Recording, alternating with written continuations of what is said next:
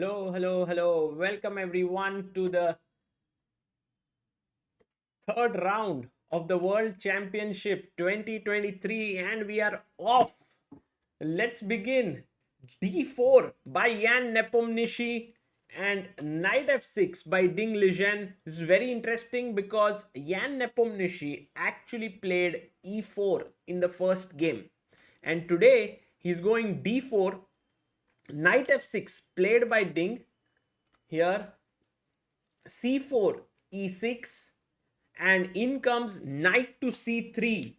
Now if Ding Liren plays here bishop b4, what would be the name of this opening? Guys, can you tell me? One second.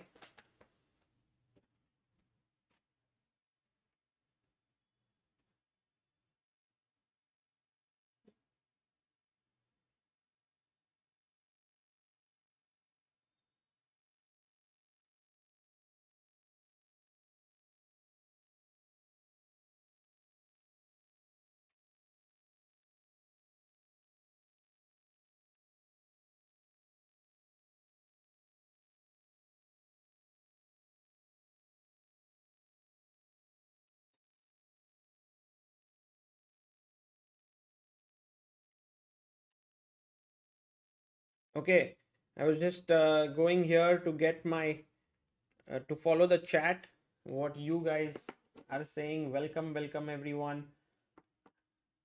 Yes, this would be Nimzo Indian. However, he did play d5 here. He did not play Nimzo, he played d5 and cd ed, played bishop g5. So now we are actually in the territory of Queen's Gambit declined. Exactly, this is Queen's Gambit declined because Nimzo, Ding could have gone bishop b4, but he chose the very solid d5. In fact, I'm very amazed by Jan's decision of going knight c3. You know why? Because it's a very aggressive opening that he's playing. Like, it's a very active one. And I think he's just taking this match by the in his hands. He won game number 2. He's seeing that Ding is not very confident, and so he decides to sort of push now. Bishop g5, c6 played, e3, and now comes the move h6. Okay, here's one question to all of you. Generally, let me try to explain this opening because I used to play this a lot. The main point here is that black would love to put his bishop on f5. Okay, however, if you do it right now, the problem is, can you tell me what the problem is right now? If you do it instantly, what is the issue with it?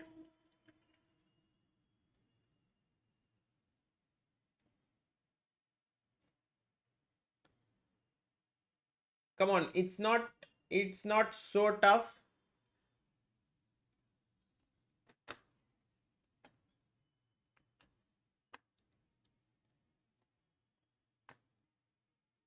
Yes, all the people who have mentioned bishop takes f6, you are correct.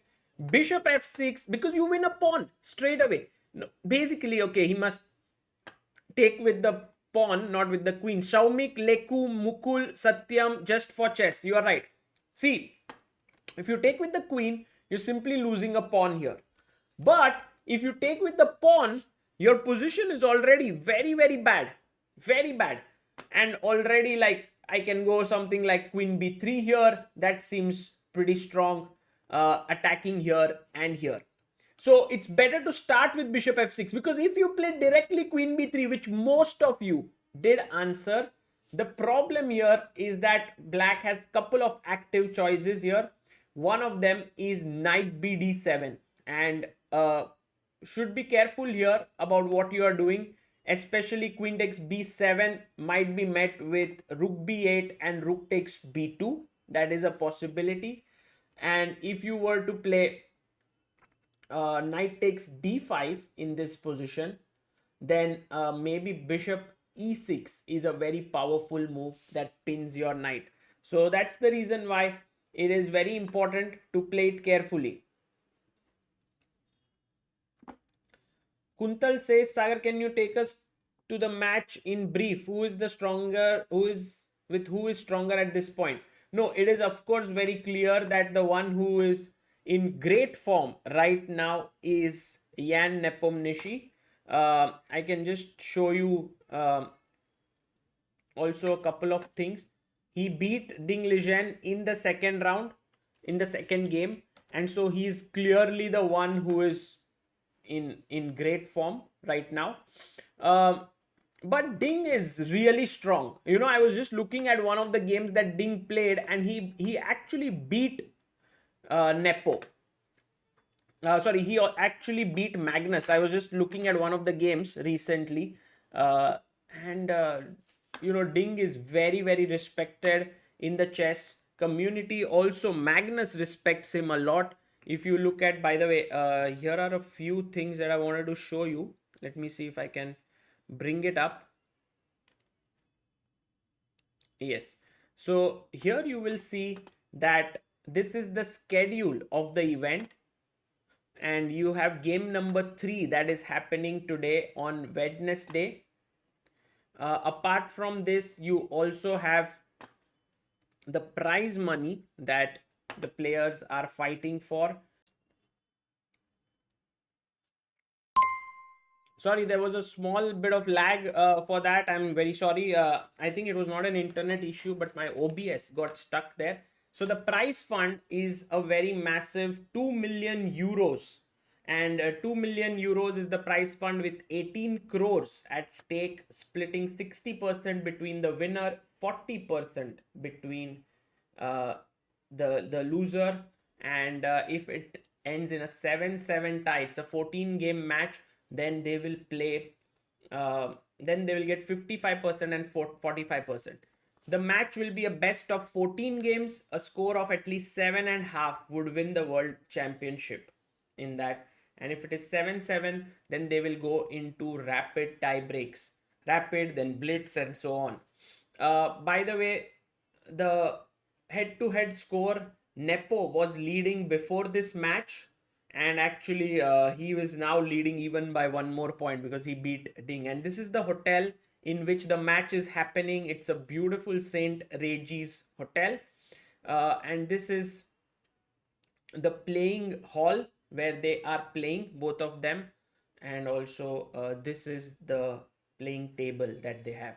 So that's how things are. I'll bring you more pictures and everything, but for now let's go back to the game where I can show you what exactly is happening. One second, let me. Okay, so we were talking about the fact that e3 is the move, and the main thing is you want to put your bishop on f5, knight b7, c6, and bishop e7. That would be the most ideal. Let's say if I get time here as black, I would go c6, I would play bishop f5, I would go knight d7, and I would play bishop d6, and I have the best position I would ask for. You know, this is just perfect position. However, the problem is that the bishop on f5 is not easy to be put up. As we saw, you cannot play directly because of bishop f6 and knight d5 hanging. So Ding played c6 and Nepo here played e3. So here's my question to you. What is White's best move after bishop f5? Can you tell me what is White's best move after bishop f5? It's not easy, but those who know the opening will be aware of it.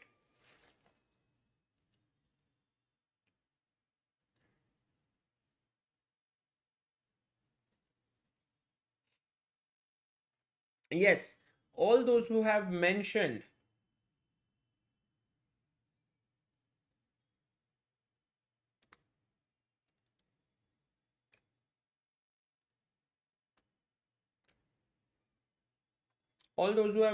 the move queen f3. Let me just see how many of you have managed to. Yes, we have quite a few people who have managed to get this right. Queen f3 Sarma Durai, Pranay Akula, Prahlad Sen, Nishkit, Satya, Motivation World, Priyansh, Piali, Ankur, and Just for Chess. So the okay, you can play when Queen B3. That's not a bad move. All those who have said, but after this, the queens are traded. This also is playable. But Queen F3 is very cool because you are attacking the bishop and the knight, and generally a very classic mistake that can be made is to play the move g6 when after take it's your time to once again guess the move. What is the move here, guys? Can you find it?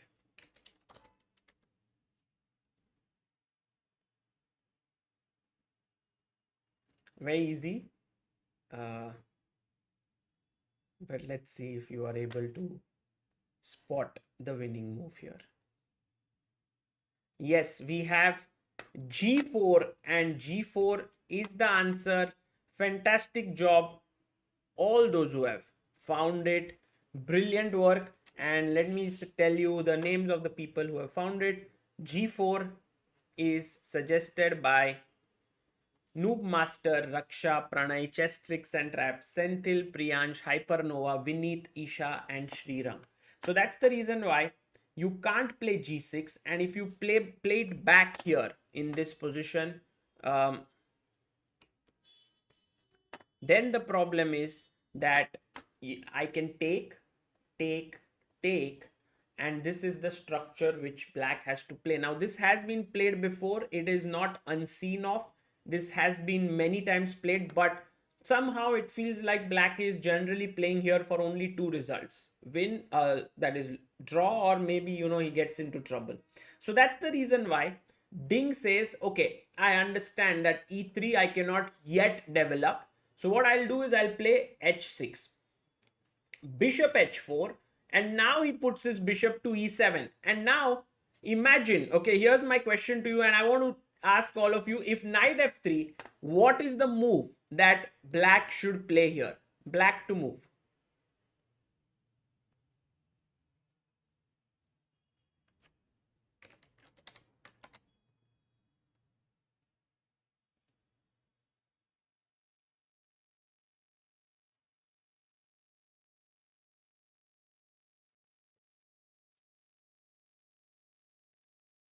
Let's see if you guys are up to it.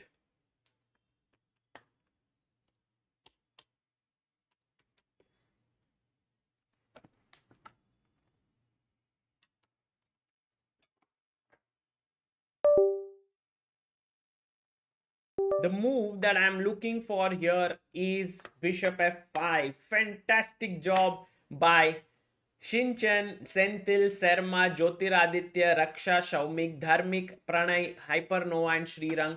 So the point is that once the bishop comes here, then black has solved all his opening problems. This is a very, very important thing, because if white has to exchange these bishops, then what you are left with is a good bishop. You see, these are pawns on dark square, so this bishop is a good one. So going by that logic, now what should white play in this position? Can you tell me? Let's think. Now you are basically understanding what's happening. What is it that black should be avoided from playing? What should white do here?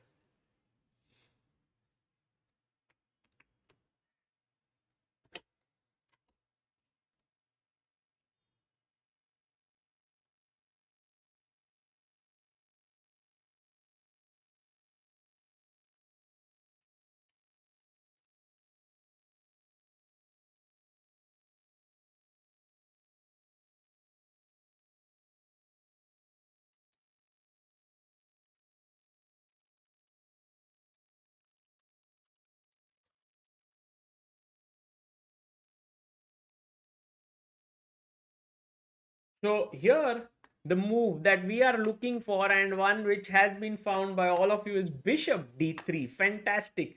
Love it how you are understanding this. Chess Tricks and Traps, Madhav, Viresh, Sarma, Iqbal, Hypernova, Prachurja, Dragan, Saumik, and Jyotir Aditya. Fantastic. So the thing is, with bishop d3, you are stopping bishop f5.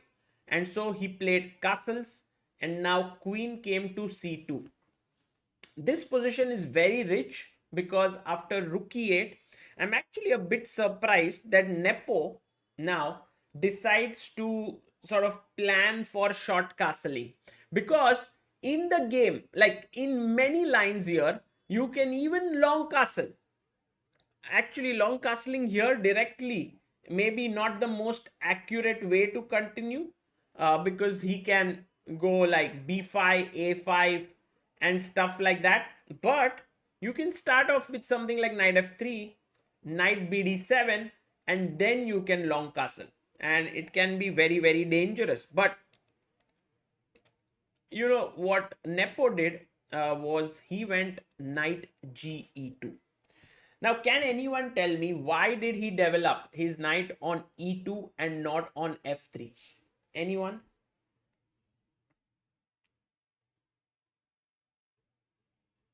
Dragan says, what do you think? Will Magnus be back next year to win World Chess Championship? I maybe, maybe. Magnus is basically taking his life, I guess, as it comes. He's enjoying himself. He doesn't want to play the World Championship right now. That's the decision he made. And I'm sure that if at some point he feels like he wants to um, sort of reassign his supremacy on the chess world, he might try to come back. Yes, Extreme Jumper Shan says he wants to play f3 e4. Brilliant. Prahlad Sen, very good. Nishkit, you are also knight. Right. You're not a knight, you are right. Knight g2, the idea is to push your central pawns. And in fact, which player, this position was reached many times, okay? And today, by the way, is the third round. We are going to talk about the third world champion of chess. Who is the third world champion of chess, guys? Anyone who can tell me who is the third world champion of chess?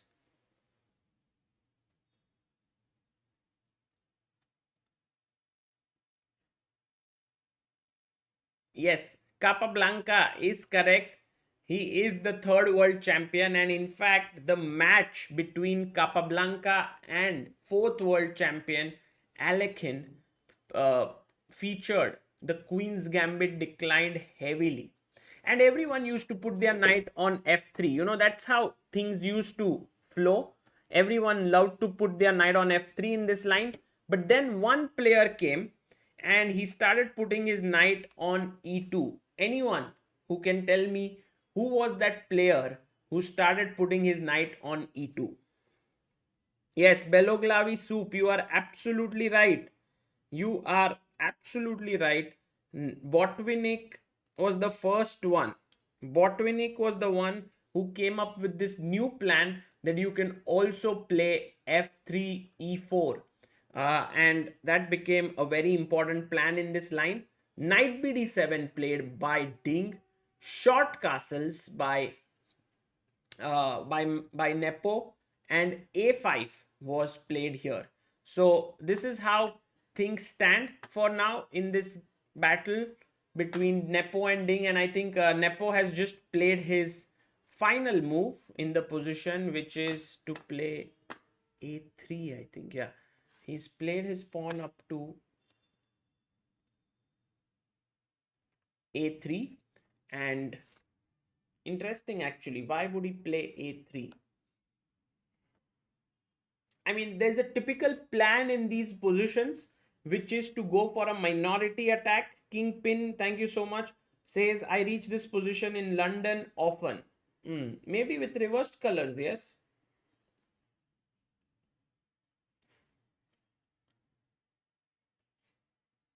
Let's play a tournament, yeah. We could. Let's go and we can play a tournament with this very position that is there, so that you guys can come up with plans and ideas. How do you like it? Should we do that? Um, let me see if we can make an arena on Lichess, and then we can play.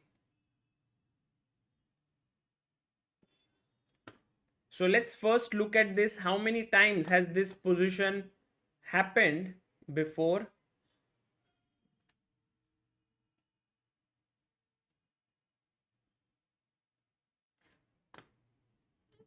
Just a second, let me.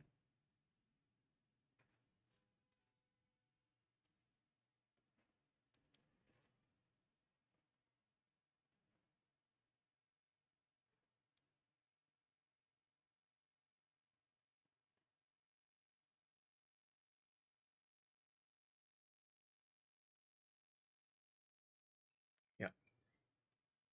So let me just pull this up here so that we can see how many times this position has occurred. This is on our chess base 17 and mega database. If anyone wants to get it, the link is in the description. So let me just put this up here. Yeah. So d4, knight f6. You can see here the live database c4, e6, knight c3, d5, cd, ed, bishop g5, c6, e3, h6, bishop back, bishop e7, bishop d3, castles, queen c2, knight bd7, knight e2, rook e8, and short castles. And here a5 has been the fourth main move. The main move has been knight e4 in this position, and this has been played by many top players, but the move that was played was a5. And then, I mean, I'm surprised with with Nepo's move a3, because the reason is that generally, by the way, there is a Giri versus Ding game. Ooh, that they played at Chessable Masters last year. Um,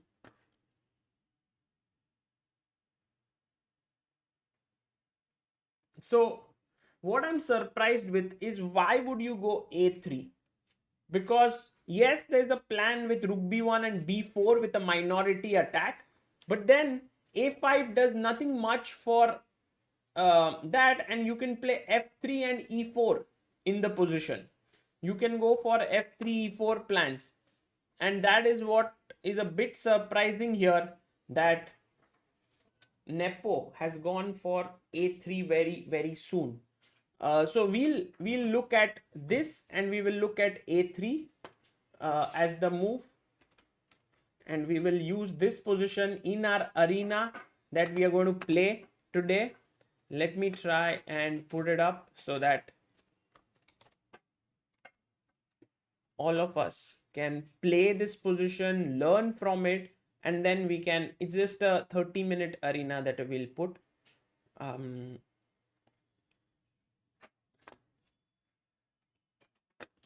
By the way, you have to join in the team that is there. It's in the description, the link, and then I'll put the tournament link also. So team tournament, World Championship game 3, and starting position is this. We'll keep it 30 minutes duration. We will keep it 2 minutes plus 1 second increment so that no one loses on time.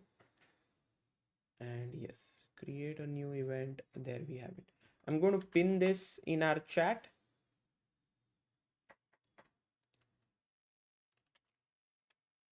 GM बनना है ना? हाँ. All the best first runner. तुमने उनको link भेजा, but link you send it. हाँ. हाँ, chess भी India.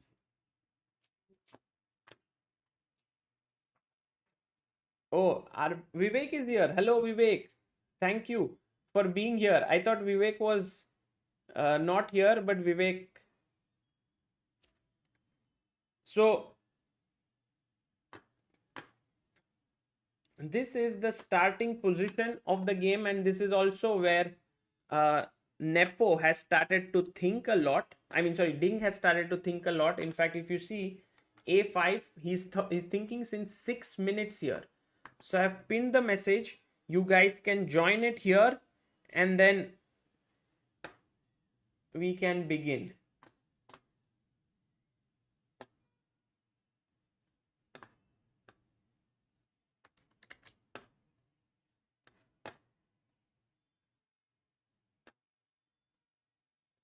And for everyone who is new here, you can join in. You have to first become a team member here, and then you can play in the tournament. I think we have already 31 people here.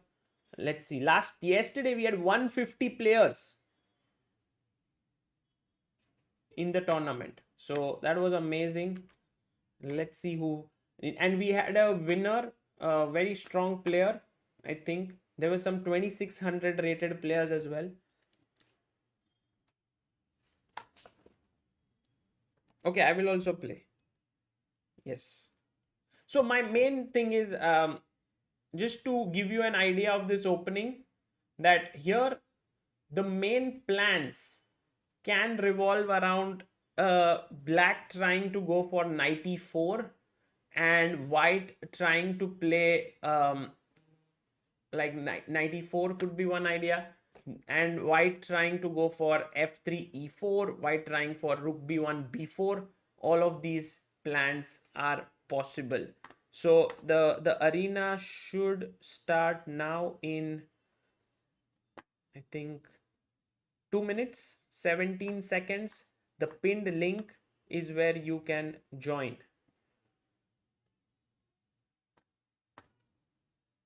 We have 50 players there, so let me just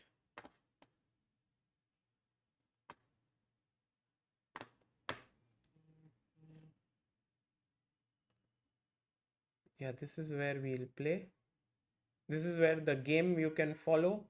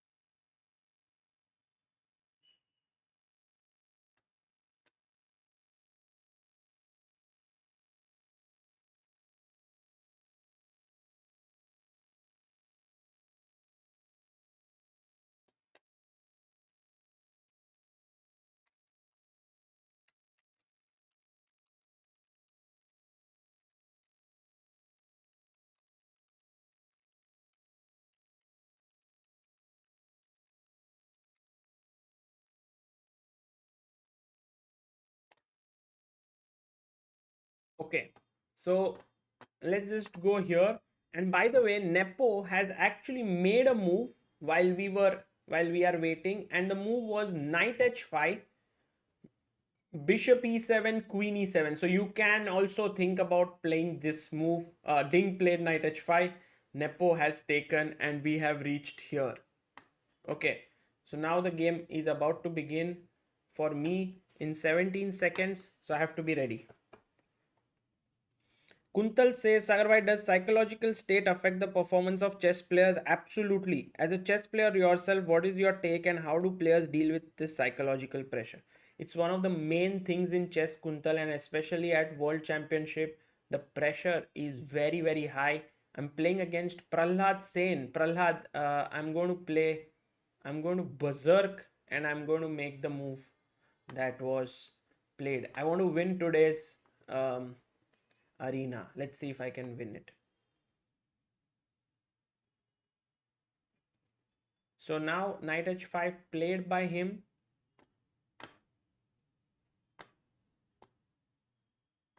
Knight g3. Okay, I think I'll take this. Take. Now your king is a bit weak, you know. So I can go here and then here and here. Try to checkmate you. Okay, you're going for the minority attack. Seems very logical.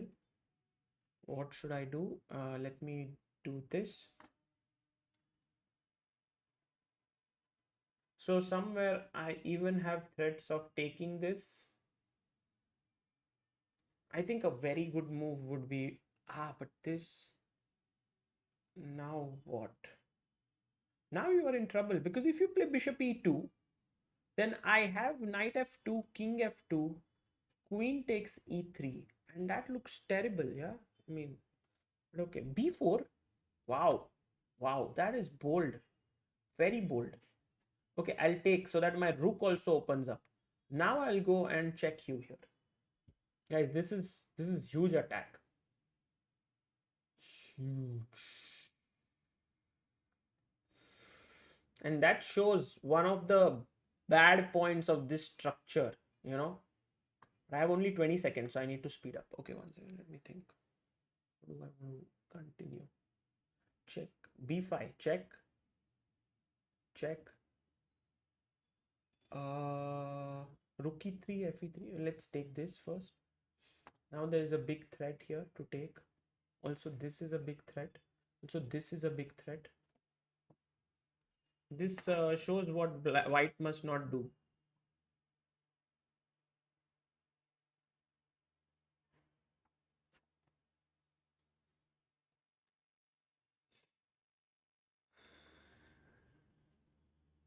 What did he do? Knight d1. Uh-huh. Knight d1. Okay, take. This should work. And I'll check here. Oh, rook g1. No, rook g1 is not.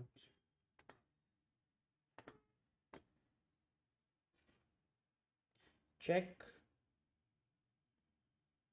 There was an increment, no? 1 second or not? Bishop e2, queen e3. Bishop e2 takes. Queen d4 would have been much better, but okay. Oh, I lost on. I thought there was an increment. Oh, there's no increment. There's no increment. That's terrible. That's terrible. Guys, you can join into this arena to see how you play this line. But what is absolutely terrible is that there's no increment. I thought there was a 1 second increment.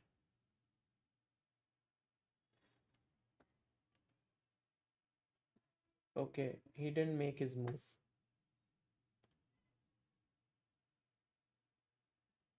Okay, let's play again what Ding did. No, let's... 1 second. He didn't play a3. a3 was there, right? What is happening? How was it his move? No, it's black to play, right? The first position. Terrible, I'm just losing a piece. I thought it's black to play. What is happening? Acha, when we berserk, we have no increments as Senthil. Oh. Okay, got it. Then I got it. Okay, cool. Okay, he played a3 here. But what is very surprising for me is that I put the position of a3.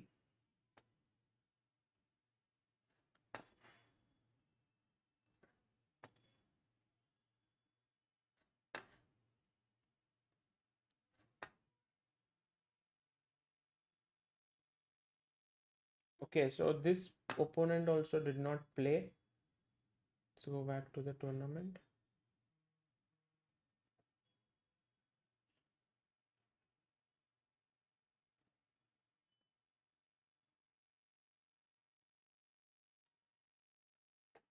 Guys, you can all join in. Actually, it's open for everyone to play.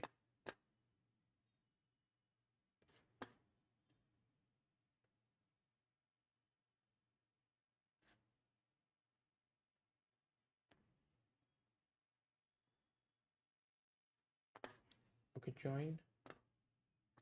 So I'm 42nd right now.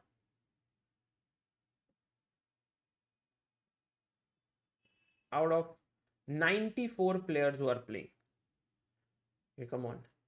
So I'm going to play a3 that was played by Nepo.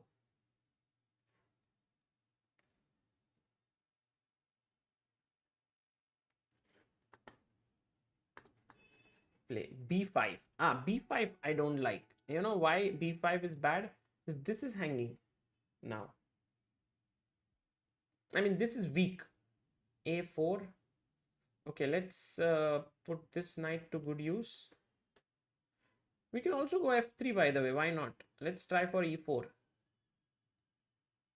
If you play knight h2, knight h5, I'll go bishop f2. I'll keep the bishop. It's important. Okay, now you played this. Can I just go e4? E4 looks a little...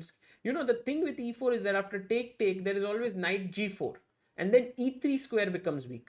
So I should be careful whether I want to play it or not instantly. So h3 makes a lot of sense. This move is a little weird. I come back and now I want to play maybe e4 next. So what happens is after e4 take, there's no knight g4. This is something that I had, you know, it's through experience. I have lost some games with white when I have rushed in with e4. So sometimes h3, sometimes king h1. These are all very useful moves to play. Knight h5. But now the problem is that I have e5 pushing your knight away, bishop away, and I can go now. Can I g4 trap the knight? Yeah, I think g4 traps the knight.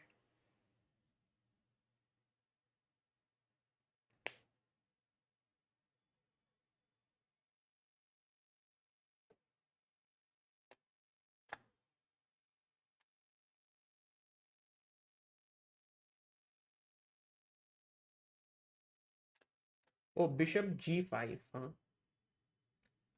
f4 I wanted to play, but okay, I'll take. Bishop c1. Queen takes c1.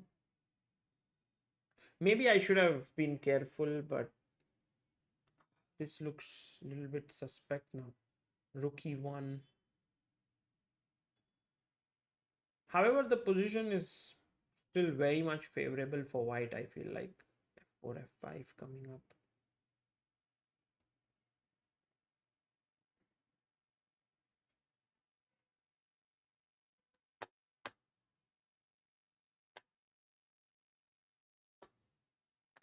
f6. Okay, f4. Maybe there was also knight f4 there. f5. Your bishop is trapped here, but not trapped as such. Okay, knight g3. I want to take this. Queen h4.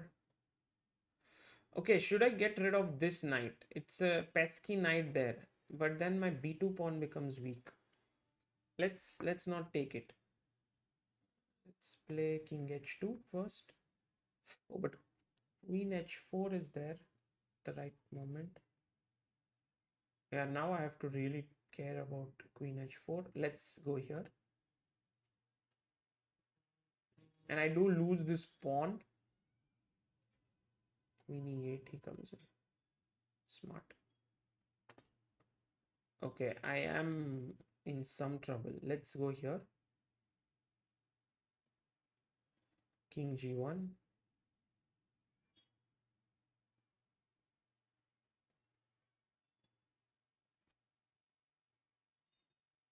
Bishop f3. If I take queen g4, and I might be in trouble. So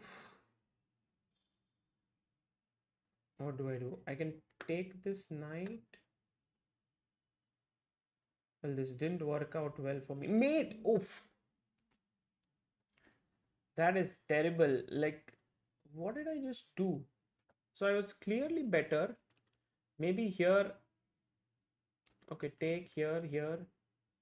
Rook e1, f6. f4 was not good, perhaps. f5. I don't know how I got checkmated. Yeah, knight e3 was terrible. Knight g3 back would have been better. Okay. Back to the tournament. Can I go back to the tournament? Okay. Let's go.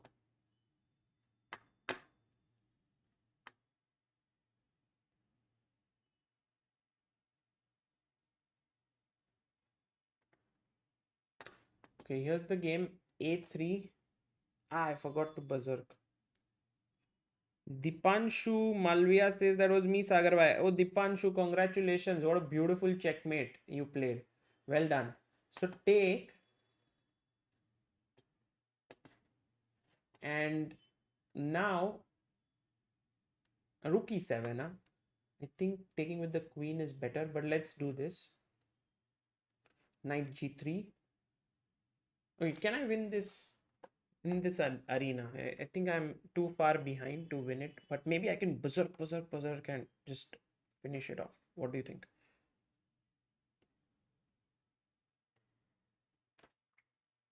c5. Okay. Well, knight f5 looks strong.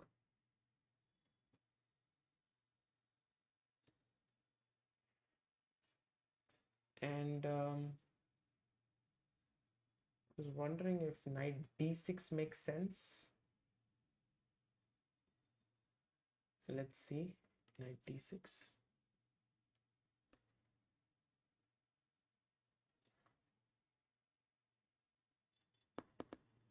And now maybe knight b5.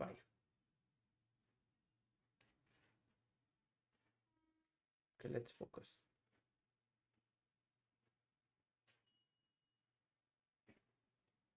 Bishop f5.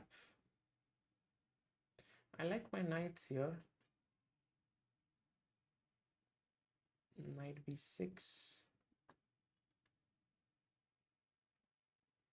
It's a good move actually. He's trading everything down. Let's take here.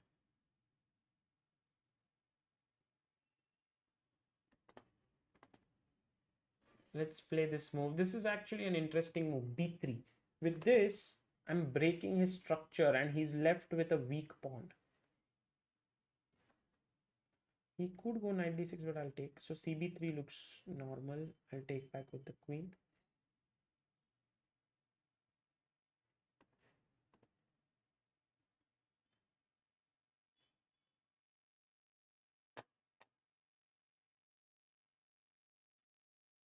Knight d6, take.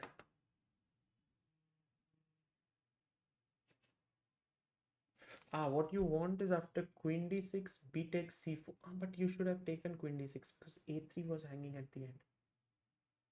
Fine. This position is better for me, especially because I'm fixing these two pawns and you are in some under some pressure. Also, my bishop controls c8, so that is nothing to be happy about. Rook c7 is a good move. Let me try to move in. I think g6 does put a question to my bishop. And I think I should put my bishop here to control. That seems like an important angle, but then you get your knight here. Takes, I'm happy. Queen a3, nice one.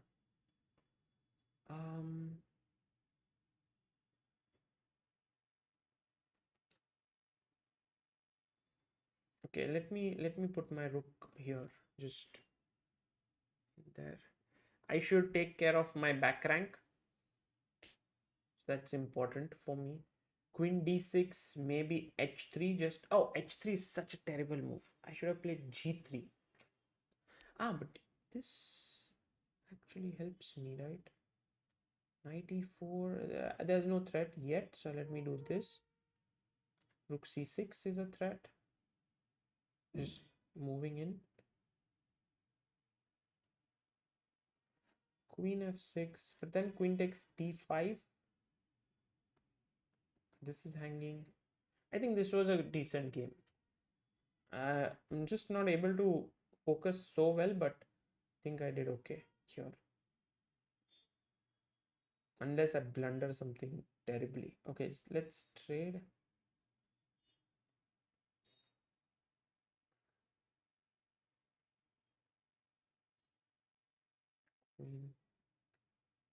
F4 takes rook c7. This is hanging. Queen f6 mate. Okay, let's go. Let's see how many games can we get back. We are on position 49th. Let's berserk our opponent.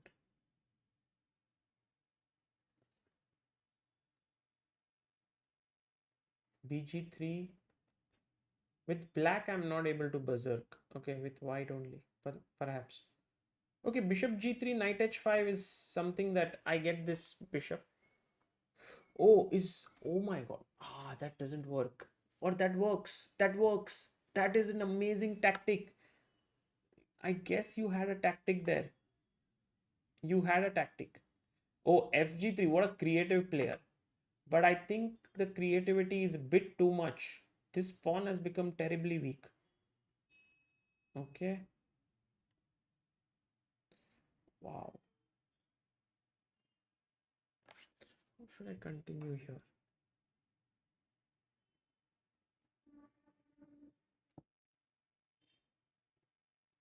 I want to play b6, but maybe it's not needed. Maybe I can give up this bishop for the knight. Queen takes. Okay. Let's put the bishop here. It's a good square.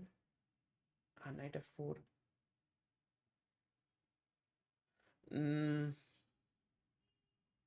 A4. My idea is rook a4 maybe. Rook a5, sorry. Takes. This definitely seems more pleasant for me. Bishop c4. Okay, but what about rook a5? Is that not a worry for you? Because now I take this next. Check. King h1. And now you are attacking my rook. This rook is also attacked, but this bishop is pinned, right? So can I go like rook h5? And then you'll go rook a d1. But I can also play rook b5, queen a4. Let's do this. What? Free queen.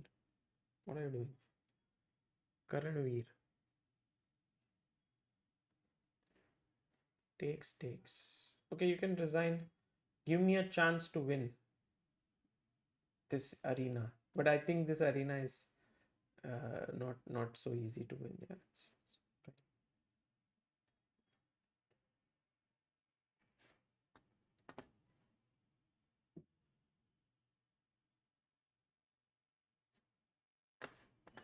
Claim victory.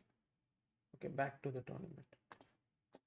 So now I'm moved up to, where am I?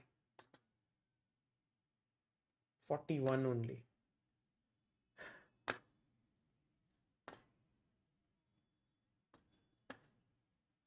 Okay, let's berserk. Not able to, I don't know why. A3.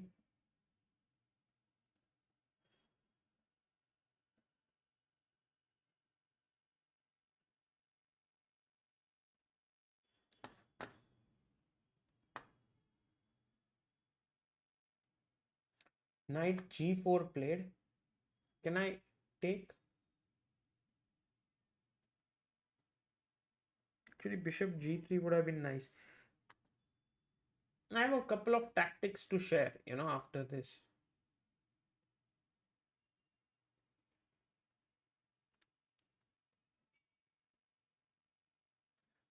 Queen c7. Queen c7, I'm doubtful about this move. Knight f5. These knights are getting very pesky. Yeah? Save your rook. Knight b5.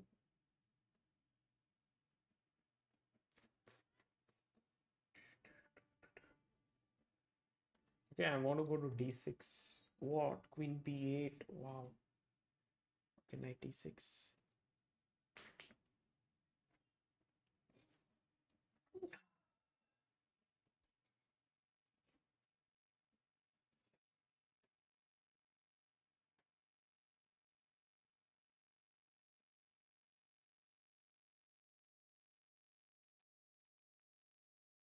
Okay, maybe take here.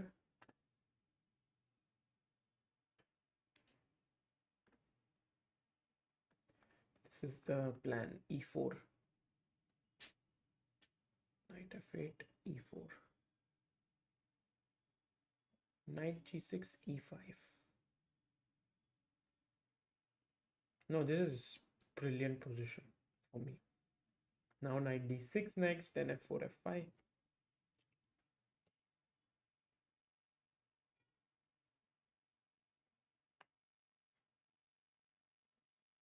No, all those who are saying, what about the world championship? We are playing on the same position of the world championship match. So that's how it is. Knight h5, knight d6. F4 I can't do easily now because of that. But bishop f5.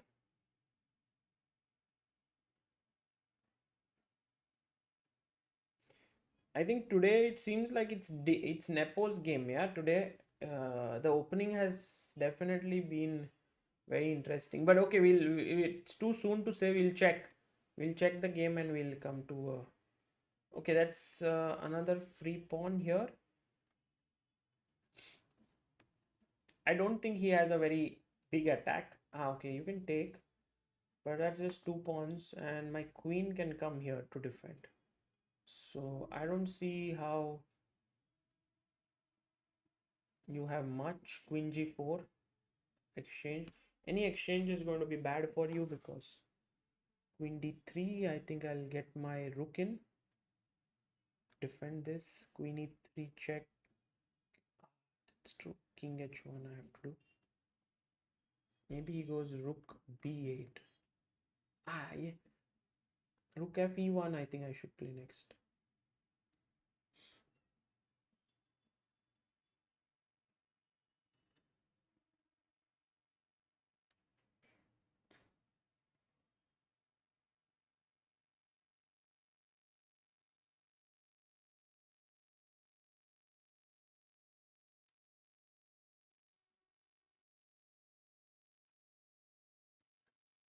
Small trap, yeah. If you take, then I can give a check.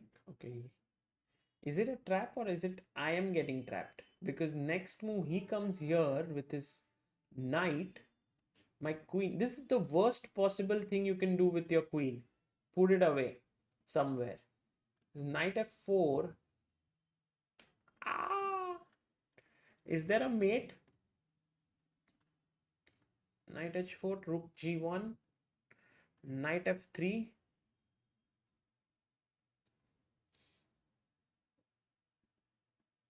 Oh, he lost. But this last position I'm sure is dangerous for me. Yeah, knight h4, he's winning. Rook g1, knight f3. I would have lost this game. So this trap was terrible. I should have just uh, come back here or, just. But okay, let's go back to the tournament.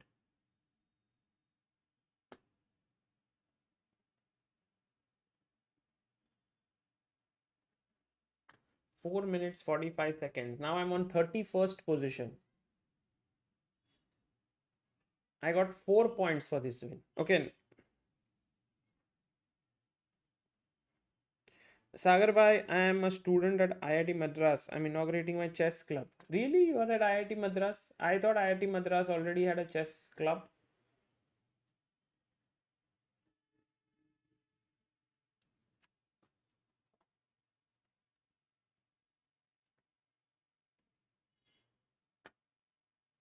Did I get a free point? Like, okay, take 4 points free. That's unbelievable. Now I'm at number 16. Okay, let's berserk. Can I? Click. Oh no. I don't know. It's not working. A3. Okay, this might be the last game.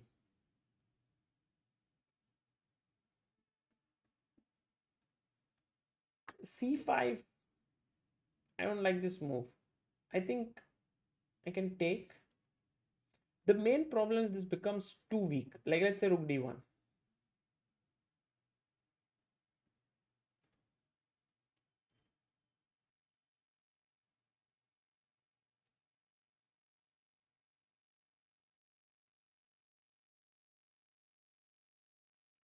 Okay, bishop e6.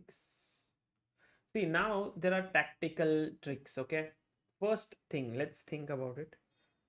Take, bishop takes queen. So if let's just imagine I take here. Now you must take with the bishop because taking with the pawn is just terrible. Now I take here, your knight is hanging. You might play knight d3, but I have knight f6 in between. If you play bishop d5, queen c5. If you play queen d5, bishop h7 and rook d5. Okay, let's try.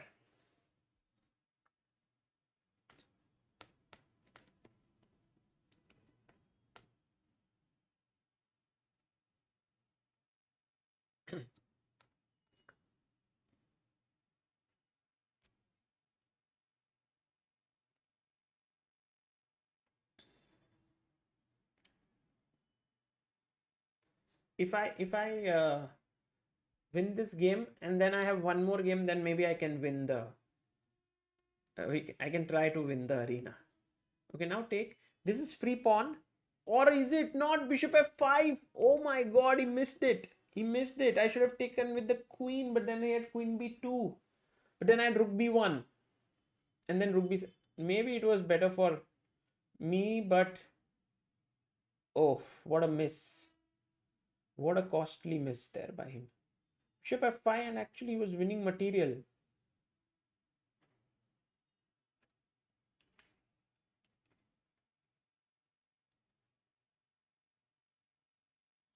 bd5.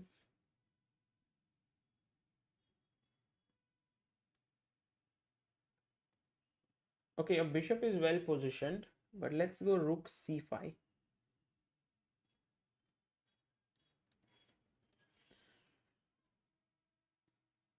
b6. Okay, queen g5 is also possible. I have to go rook c7. Queen g5. What is my idea? f4. But f4 is weakening, isn't it? e3 pawn is weakened. I think f3, but then e3 is weakened. g3, but then the light squares are weakened. Ah, yeah, queen g5. I like this move. I think I should give up the e pawn. Okay, let's go g3. Let's be a little more greedy. Let's be greedy. Because my idea now is to go queen f5, trade the queens. I think my queen, if once I trade the queens, I should be completely fine. Then there is no mating attack or anything. And I don't think he can avoid the queen trade now. So that was the plan. And now just drop your bishop knight back and you are safe, your pawn up, and this is winning. It's just rook here, take this, f3, king f2. Now I feel like Magnus Carlsen. I feel like I'm just, and I'll play this very brilliant positional move, fixing his weakness. I can take here. Yes, I will, but then you come in. So I will not even let you do that. I'll come king e2. Bishop d5. I'll play. Okay, if I play e4, you might take it. What about I take this? Now just pawn up. Rook b8. Okay. How about going here, hitting your bishop? b5. King d3. No tactics. King c2. Check e4. b6. b7. Knight d5. Rook c8. Being very alert. Very alert. Back to the tournament. Neer 12 is the winner of this. Neer, congratulations. You played 11 games and you won 91%. Shlok 1069, are you there? Shlok, congratulations, Shlok, for finishing second. And the third place goes to Anurag, WYD. So that is Brilliant, guys. Congratulations to everyone. Where did I finish? 20th. Yesterday I finished, like in round 2, I finished 30th. Today I finished 20th. That means I'm really now moving up.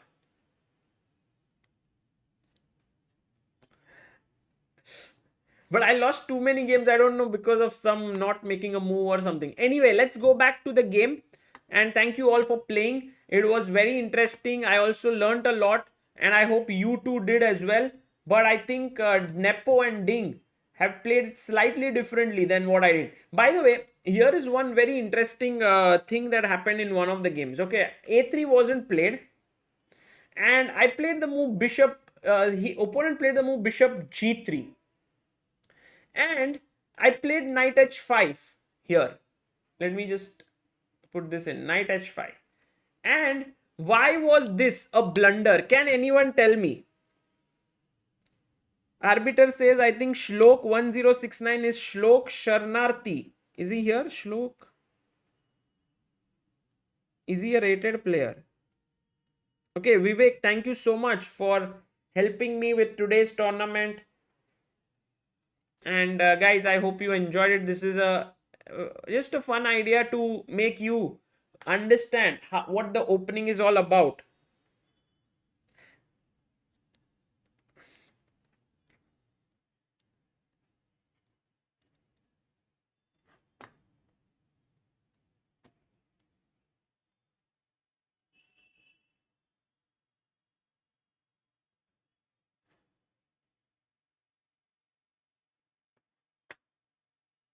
So here, the move that all of you have been mentioning is absolutely correct. Knight d5, brilliant. Nikhil, Beloglavi, Uday, Manthan, Saket and Shobha. So take here, and this is a very nice, actually this is one of the tricks which I have made a video on as well. What is the problem here? Why is this bad?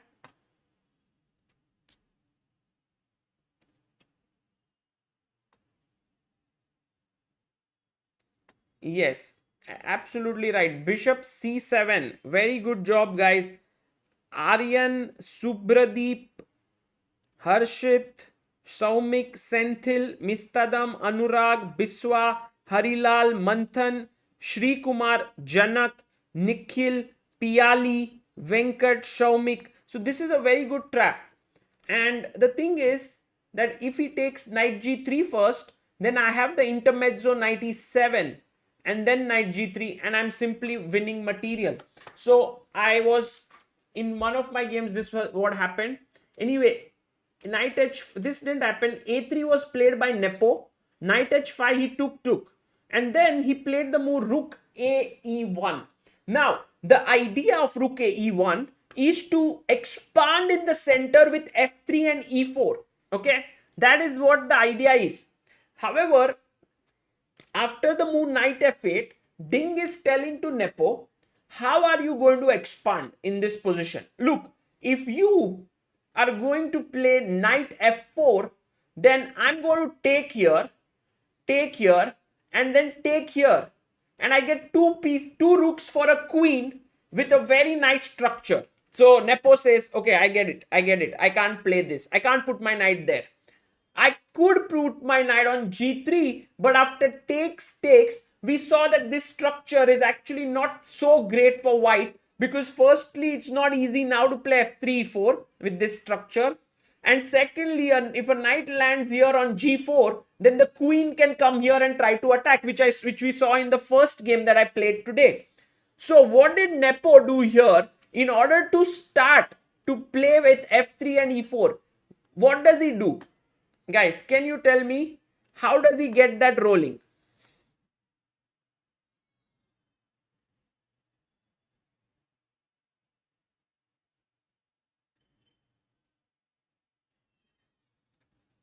Yes, everyone who is mentioning the move here, knight c1, brilliant job. This is what Nepo did. Venkat, Saumik, Mista, Shivam, Biswa, Janak, Asmita, Manthan, Shri Kumaran, Piali. Well done, guys. So the point here is that after knight to c1, my idea is again to play f3 and e4. And so when Ding went back with knight f6, Nepo pushed his pawn to f3. And that's how his position is very, very solidly placed with rooks here. And he is planning to play e4. But getting e4 might not be so easy because d4 would be very weak.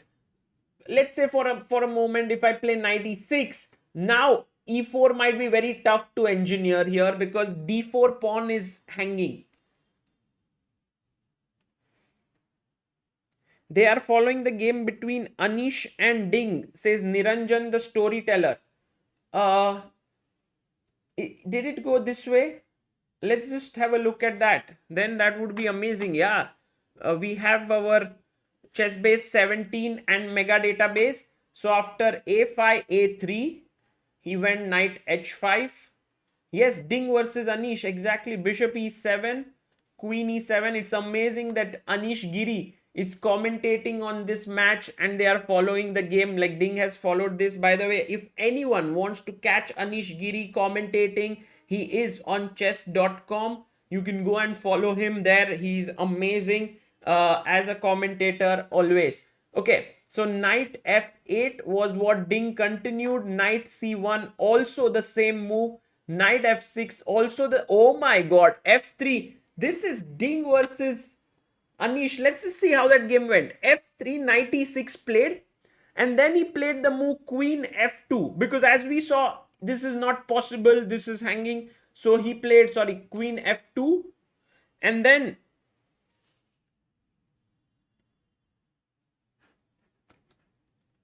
c5, so that you know now e4 is maybe coming up. So he goes c5, Ding. Anish played bishop b5,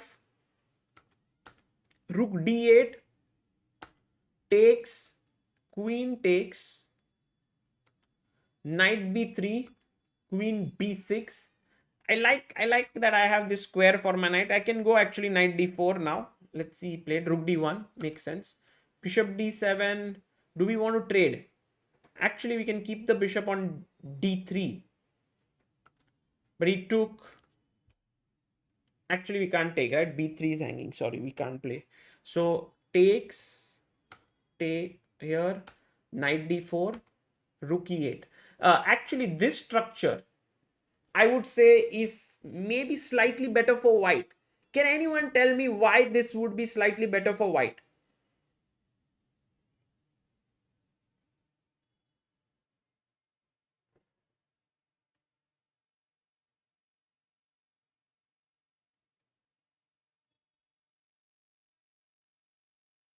Center control, Manthan, you are right. Center control. And what else? d5 pawn under pressure. Absolutely, white has this. And this knight cannot come here. Oops, sorry. Open file, open e file. Absolutely here. And you can also take this, sorry, take this open file. So I would say that Ding wasn't happy with this. So he went rook here. Then Anish played this. He's slightly better for sure. g6, knight e6, rook e6, knight d4, rook went back, queen d2, knight d7, rook e2. The main thing is that this pawn weakness is very... So that's the reason why, guys, remember this. If in such a position, black ever plays c5, let's say for example, I make a move h3 and you play c5. This is very risky because what happens is that this pawn is weak and I have no corresponding weakness.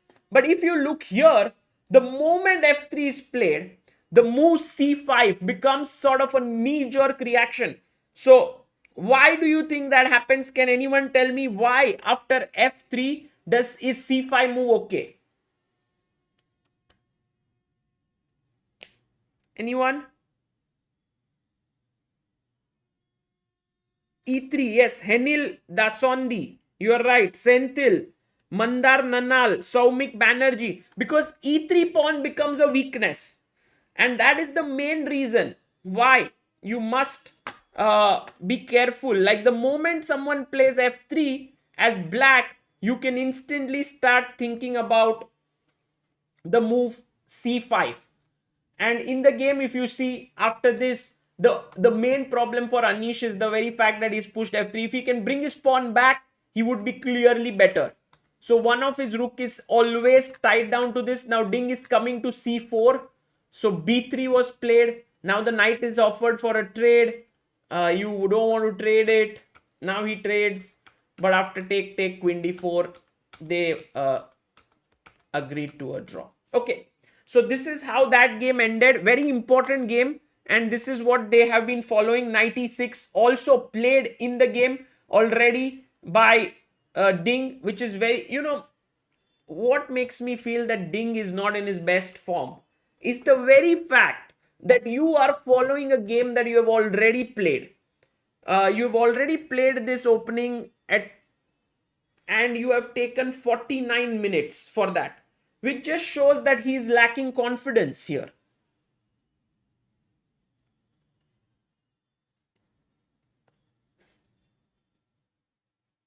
So I think now queen f2 is what he had done. So let's see if Nepo also plays queen f2. What are the other moves that are possible here? I think one other possible move, let's just ask.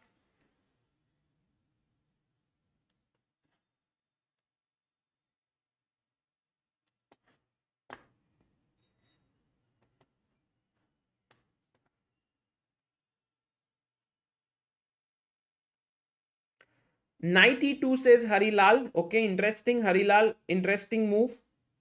Knight b3 says Senthil. Interesting. Senthil, I'm not a big fan here of knight b3 because of a4, but I get what you want to do. You want to provoke a4 and then go back and say that, hey, your pawn is now loose. And if you have to play b5, then c6 becomes weakness. So could be possible. Could be. Satish Gopal says bishop f5. But Satish, look, if you play bishop f5, what are your plans here? Do you want to take here? That doesn't look great. And also there is a interesting tactical variation that can happen here. Can anyone tell me what is the move that can give an advantage to black to play?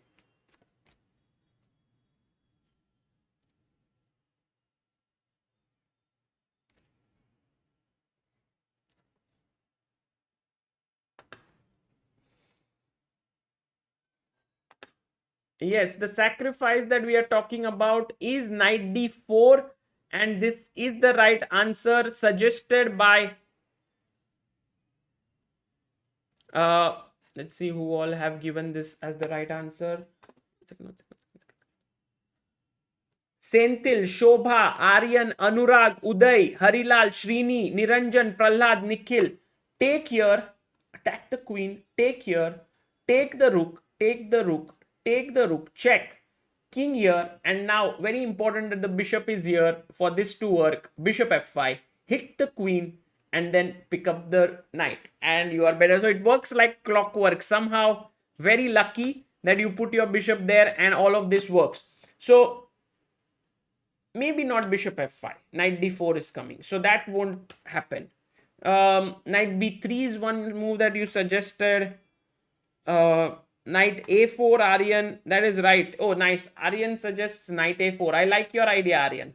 You want to put knight b3 next, and then you want to look at the c5 square. I think it's a good idea. Very interesting. In fact, could be tried, I think. Just that, if let's look at rook b8. And now what do you do? Because if you play knight b3, black has a move that takes over the advantage. Can you now find, guys, black to play? After knight a4 and knight b3, what's the move? Niranjan says, I want to play queen f2, g4, h4. Interesting, Niranjan. That is a very aggressive strategy. No. Think, guys, carefully. Think. Aditya, very good. I like Aditya's move. I like Dharmik Thanki's move. Anyone else? Shaumik, you're right. But first you wrote b5. Shri Kumaran, yes. All those who said b5. This is not right, guys. Because what are you actually giving up. Firstly, you are losing this pawn and then a fork here, remember. But more importantly also, you are giving up the c5 square. Although I know that for the fight after a4, it is not so clear because you are not getting that square. But still, the move that actually helps is b6. And the rook defends it. And the idea is that you're taking away the c5 square from both the knights. Whenever you are pushing your pawn, ask yourself, which is the square that is not controlled by my opponent's pawn? And when you ask that and you find that, oh, this square is not controlled by my opponent's pawn, then you must be very careful about pushing your pawn here. So b5, not the best. Now, what is the move that was played here by Nepo? He has played knight 1 e2. Very, very interesting strategy by Nepo. I think what Nepo wants to do is he wants to go to g3 with his knight. That is his plan. He was like, oh, I didn't get a chance to go earlier because your knight was on h5, but now the circumstances have changed. If you go knight h5, I think very, very likely that he will go g4 and then go knight g3.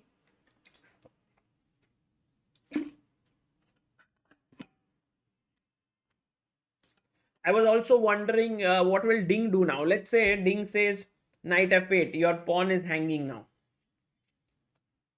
But then maybe knight g3 or maybe just e4. Oh, so this is a new move. First new move of the game. Because Anish had played the move queen f2 in his game against Ding from 2022 online tournament Chessable Masters. But with knight 1 e2, you have a new position.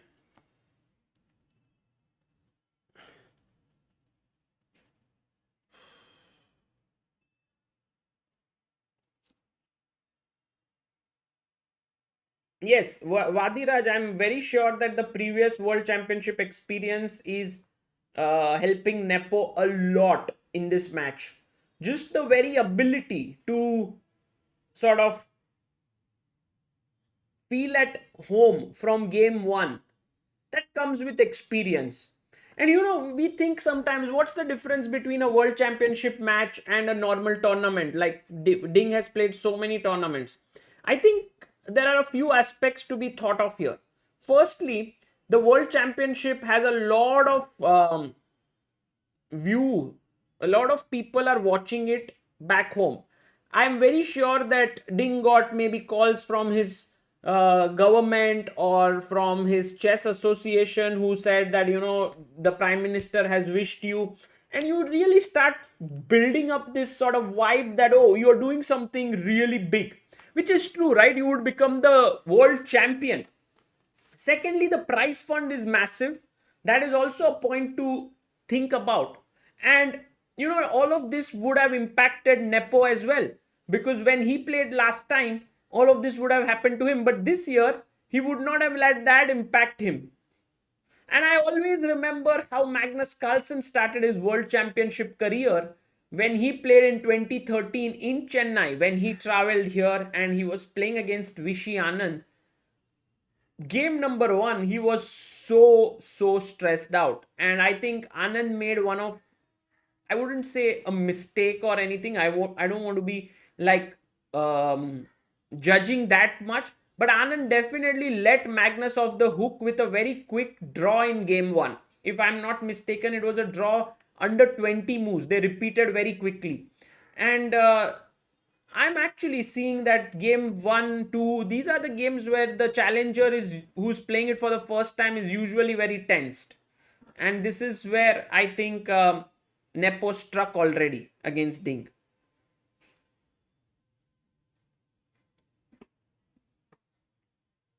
Okay, so knight 1 e2, and now Ding is thinking. Now today we are going to talk about the third world champion, Jose Raul Capablanca. Can anyone tell me from which country is he from? Capablanca.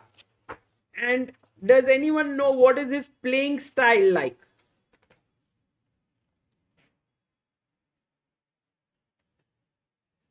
Yes, he was from Cuba. Cuba is where he was from. He was from South America. Jose Raul Capablanca.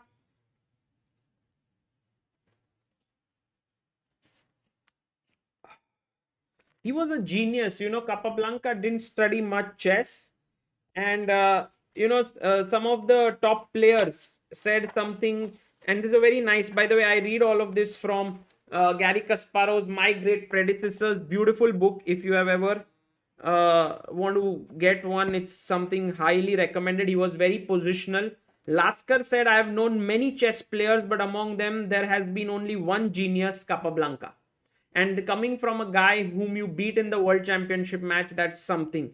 His ideal way was to win. His ideal was to win by maneuvering. Capablanca's genius reveals itself in his probing of opponents' weak points. The slightest weakness cannot escape from his keen eye. That just shows what Capablanca was good at. And actually, the first book that I ever read after I got a bit stronger, I remember that I had gone to a tournament in Uttar Pradesh, Saharanpur was the name, and there was a bookseller with all the books. And over there, my coach told me, take one book that you feel like from this. And I picked up Best Games of Capablanca, written by Harry Golombek. And I don't know how good that book was, but it was one of my first books. I read it, and my style is greatly influenced by Capablanca. If you see, I'm quite positional in that sense, and that was because of his games. Alekhine, who beat Capablanca, said Capablanca was snatched too early from the chess world. With his death, we have lost a chess genius, the like of whom we will never see again. Botvinnik says Capablanca's play produced and still produces an irresistible artistic effect. In his games, a tendency towards simplicity predominated, and in this simplicity, there was a unique beauty of depth, genuine depth. Tal says without technique, it is impossible to reach top in chess, and therefore we all try to borrow from Capablanca his wonderful subtle technique. Fisher said Capablanca was among the greatest chess players, but not because of his endgame. His trick was to keep his opening simple and then play with such brilliance in middle game that the game was decided even though his opponents didn't always know it before they arrived at the endgame. Capablanca never really devoted himself to chess, seldom made match preparations. His simplicity is a myth. His almost complete lack of book knowledge forced him to push harder to squeeze the utmost from every position. Every move he made had to be super sharp so as to make something out of nothing. His play was forced. He had to try harder than anybody else because he had so little to begin with.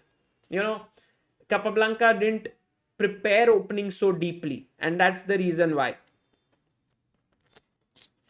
Karpov says the ideal in chess can only be a collective image, but in my opinion, it is Capablanca who most closely approaches this. His book was the first chess book that I studied from cover to cover. Oh my god, Karpov and I both read Capablanca's book. Of course, his ideas influenced me, and that's how everyone wrote. One of the first games of Capablanca that I want to show you, which made a very big, deep impression on me, was his win against Marshall. And let me just pull it up. While Nepomniachtchi is still, Ding is still thinking here. Nepo clearly has an idea of e4. I'm actually thinking what move would be good. I think one of the moves that can be very logical is b6. And the main reason why this is a logical move is because you want to play bishop b7 and c5. By the way, Vivek says, can we get all the versions of great predecessors? We normally get 3 books. I think I should talk to Everyman Chess, and if they can get it here would be great. I think Citadel Chess has their books, but maybe not all the volumes, right? So b5 is what Niranjan is saying. But Niranjan, I'm not a big fan of b5 in general in these structures, because I always feel c6 pawn gets weakened. But here it's not so easy, because if I play e4, then after d, f, e, there is this typical move which you all should know, black to play. And I spoke about it in one of my games. Black to move. What do you play?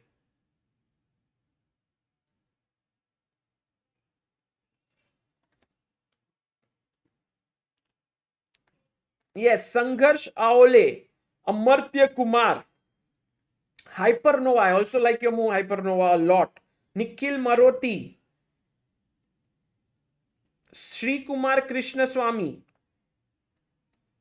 Aryan. So the move is knight g4. And the thing is, you're looking at the e3 square. And notice, it's very difficult for you to move this knight to control the e3 square because d4 hangs. And if you play queen d2 to stop knight from coming here, then in comes another beautiful move which you guys should have noticed. And actually that move can be played even before knight g4. What is the move now? Because see, your plan is stopped, and if I get h3, then I have a super center control. Yes, Amartya Kumar. No, queen h4 doesn't work because of h3. I think it's not good. But Madhav Agarwal, Sanyogita, Dharmik, Rishil, very good. Queen a7. Now I'm hitting here, and somehow you can't defend it. Even if you play h3, I have the intermediate knight takes d4 because there is a disco that's going to happen here. And if you take, then I take with the queen with a check. So that's the reason why this e4 move weakens the d4 square a lot. So that's the reason why e4 cannot be played. The move that can be played is knight d1 trying to attack here. But let's say I go bishop b7 and you realize that everything is bit too passive for white. You know, that's the problem. You can go knight f2, you can play it, but then black can at the right time try for rook c8, c5, and it seems like this is play like pretty good for black. So Ding is actually wondering whether he should go b5. No, he goes c5. Wow. Ding has played his pawn to c5. That is the move he has played, and now for Nepo to think. Okay, interesting move. Because if black can get c4, he would be maybe happy, right?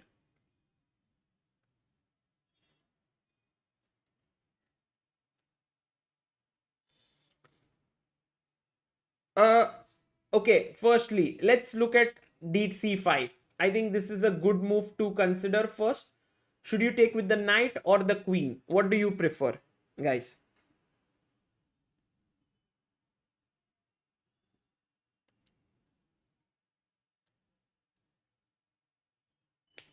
Knight b5 is an outpost, but it's not like a very important square.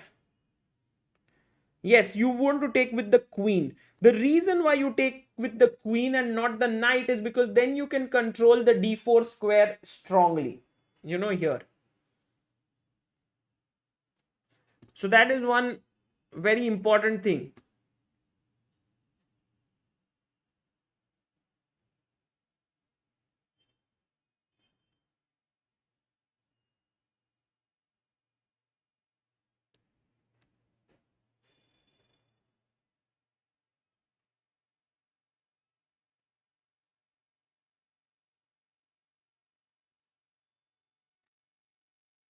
Because now knight d4 square is not controlled in this position.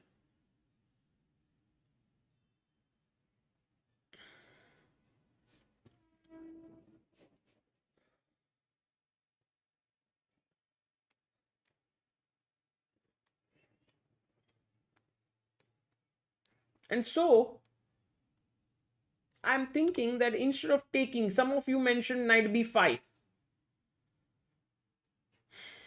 I don't know how relevant it is because the knight is attacking certain squares which are not important. I do get it that c4 looks enticing now.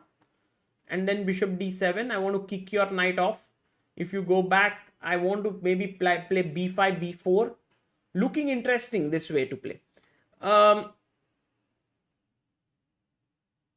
Bishop b5 says Niranjan. No, but Niranjan, if you play bishop b5, why can't I just play bishop d7? Then you take. I can't take with the knight because knight d5. So I must take with the queen. And yeah, you take here on c5 now because the queen can't take, and then you take back and I plonk my knight on d4. Okay, and then we reach a position which is similar to Anish versus Ding, just that white has somehow more coordination. Let's say if I go knight e6, you can already play knight f5. This knight could look at b5. This, I mean, there are many things that are happening here. So it's an interesting move. Bishop b5, I like it actually. Bishop b5, and then maybe black must do rook d8 to defend this. So that's one move for sure. Bishop b5. But the other idea here is knight f4. Actually, very interesting move. Very interesting. In fact, it looks very difficult that this move could be played. The reason is, firstly, if you take cd, I will take ed, and then this is pinned here. So you can't win material. But if you take here knight takes f4, and I play ef4, we suddenly come to a position after takes, king f2, rook e8, and this position, which should be very interesting, right? Because imagine that you have two rooks for a queen right now as black, yet this position is completely winning for white. Why? Because after dc5, I win a very important pawn. I'm threatening to play b4 to save it. Secondly, I'm able to play g4. So knight f4 actually is a very, very interesting move. And Vishy Anand suggested this. Someone says, Niranjan says, Vishy Anand. He actually, Anand is commentating on the FIDE channel. So in case you are wanting to get the insights of a former world champion, please check out FIDE channel. By the way, knight f4 is a brilliant move. Actually, I love it. I'm sure that Ding would not have taken on f4, but I mean, you know, guys, chess is so beautiful because I can't even imagine why this position would be like +2 or +3. But I get it. Like, this bishop does not have too much. Like, the rooks cannot coordinate well. This knight is beautifully positioned. g4, g5, h4, g5 is a big threat. So yeah. And oh, by the way, bishop b5 played by Nepo. Nepo has played his bishop to b5, attacking the rook on e8. Now something should be done about the rook on e8. It can either go to d8, and as we just discussed, bishop d7 is slightly inferior, or I would definitely say a very safe and stable edge for white here. I wouldn't say this is winning or anything of that sort, because this pawn weakness is compensated by the weakness of the e3 pawn. However, it's a very simple position for white to play. As we just discussed, the knight could go to b5, rooks could come to d1 and e1 perhaps, or c1. Maybe Ding goes for this. Yeah, I don't know if he may not do that. But if he doesn't do that, he does have rook d8 to fall back upon. So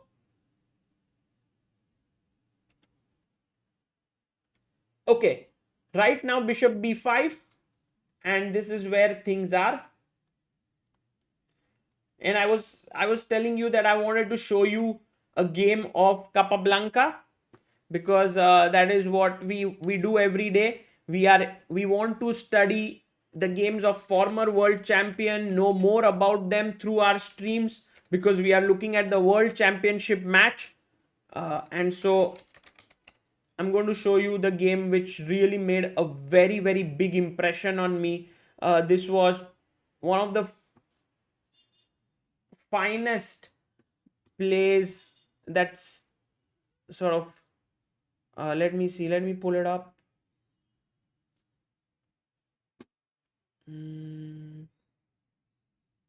Got it. Okay, let's have a look at it. Maybe here, class. Yes, here.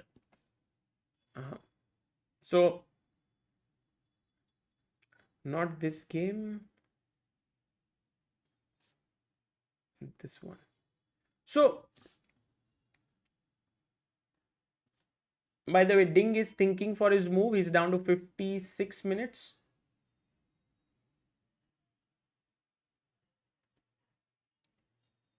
Now, about Capablanca in this game, you will see that he hardly knows the opening. He's playing against Marshall and he plays this. What is the name of this opening, guys?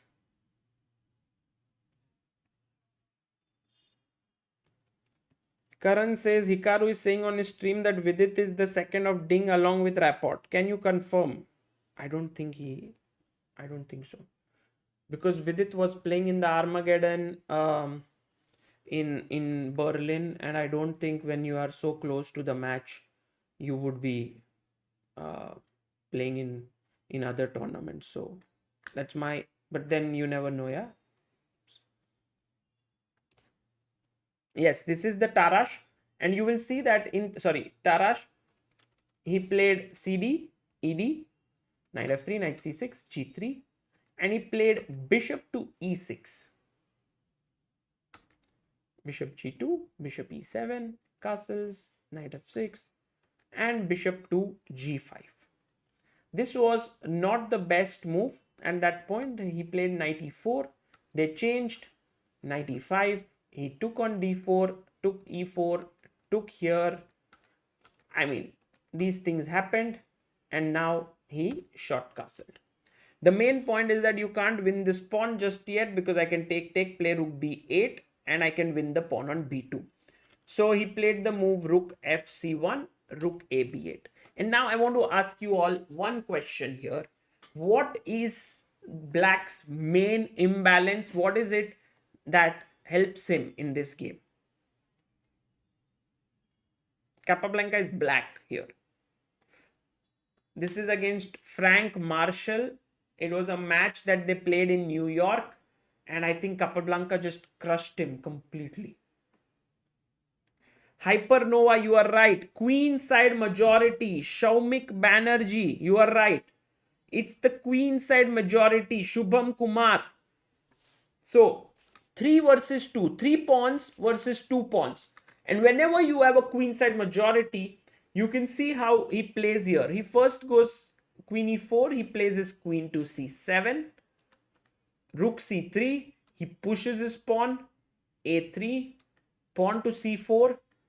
Bishop f3, he plays rook fd8, rook here, he trades, brings the other rook, bishop comes up, and now very important, yeah, this is what Capablanca did so well.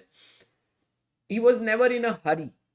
Like, many people would rush with rook d2 here, but then there's always some back rank issues and stuff. So he first got rid of it, g6. Queen c2, queen c6, and now if you take here, it's also possible to play this way, but he played queen e5, and now he traded. And then what do you do now?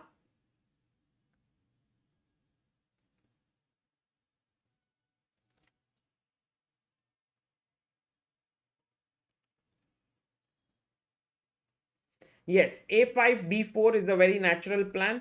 You may want to go rook d2, but then he has rook c2 offering a rook trade, and you don't want to go into a bishop endgame because with the rooks it's much better. b5, and you will see that b4 is coming in, rook c2, b4, takes, bishop goes back, rook b1, bishop e2, and now very important move. What did Capablanca do here? By the way, rook d8 played by Ding. Rook d8 move has been played, and now Nepo is thinking. So that's a small update here, and c4 is a plan next. So the game is heating up there as well.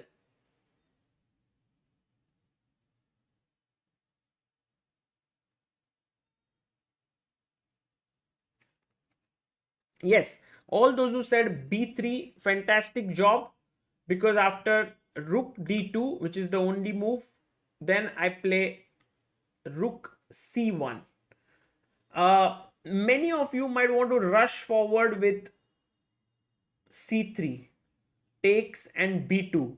But again, I feel that this after bishop d3, you are lost, right? Because here rook b2 would hang. So rook c1 is a great move. The idea is rook c2, and after bishop d1, now find the move that you play.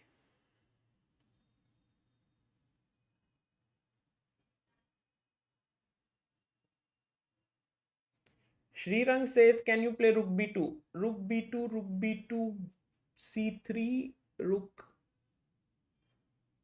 Interesting.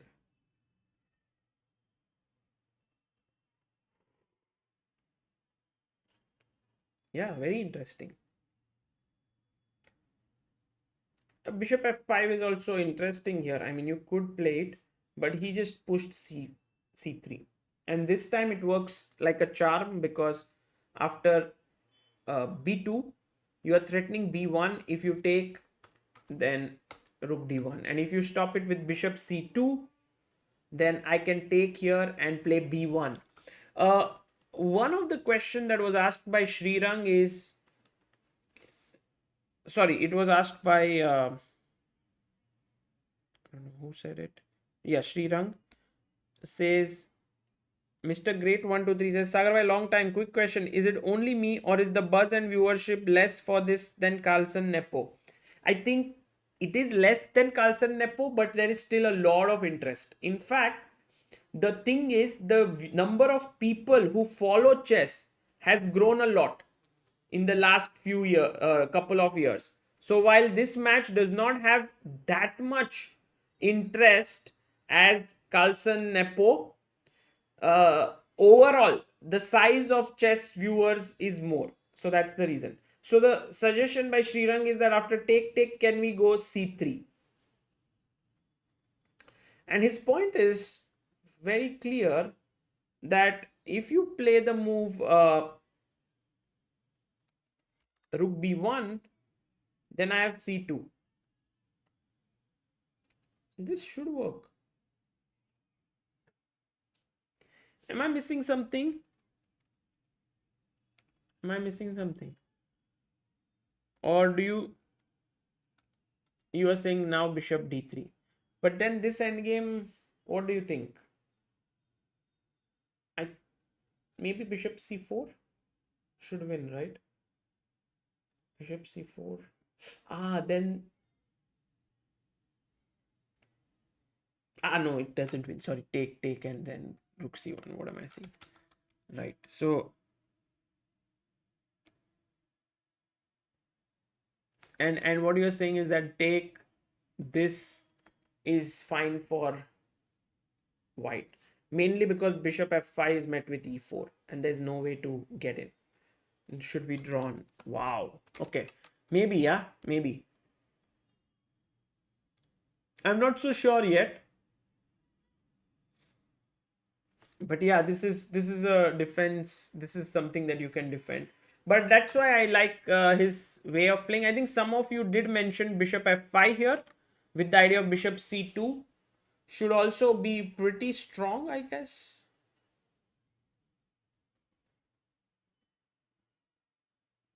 Yeah, this should also win. Giga says, you said connected pawns on 6th rank are unstoppable. Only against a rook, right? Because here there is an additional element that he has a bishop. So if we remove these two bishops, then maybe, okay, then this is hanging anyway, but yeah.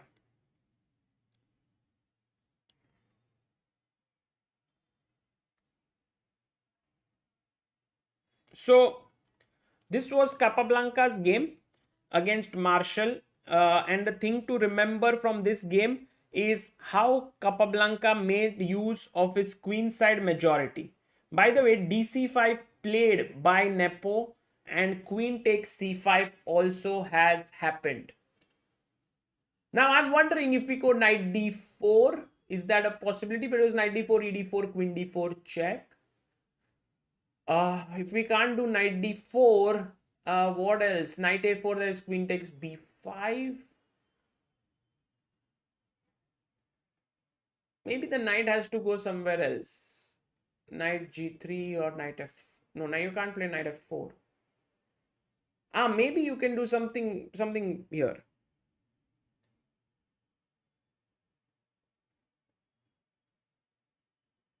No, e3 is hanging. E3 is hanging. So knight c1, maybe.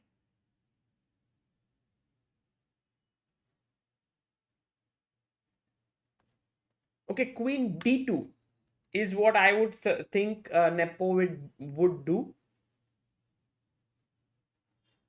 I'm wondering if you can really be very brutal with d4 happening, but d4 should just be bad because after take.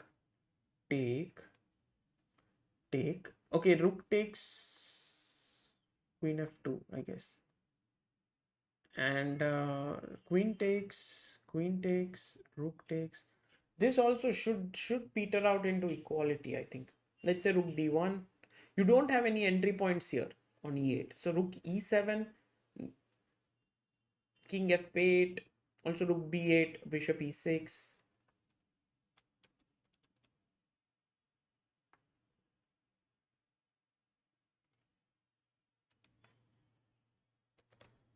So maybe d4, yeah, here. So keep your edge here as white. Don't think you can. I think this position is going towards equality. Queen d2, d4. If you don't play d4 and if you play something like bishop d7,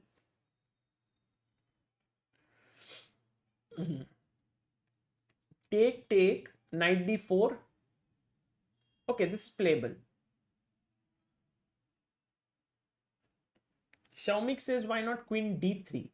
You know, Xiaomik, the same problem, I guess, just d4.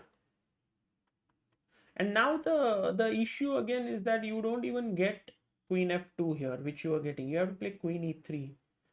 And then I can go bishop e6. It just looks fine for black. By the way, queen d2 played. And now what would be very interesting to see here is whether Ding would go bishop d7 or whether Ding would go d4. And I think if he goes d4, take, it should end in a draw. There is nothing much here that is happening, right? You don't have rook e7 is pointless. You don't have rook e8, rook d1 possible, but then you can take and just what do you play? What's the move that comes to your mind now? I just want to test your chess intuition. What's the move that comes to your head?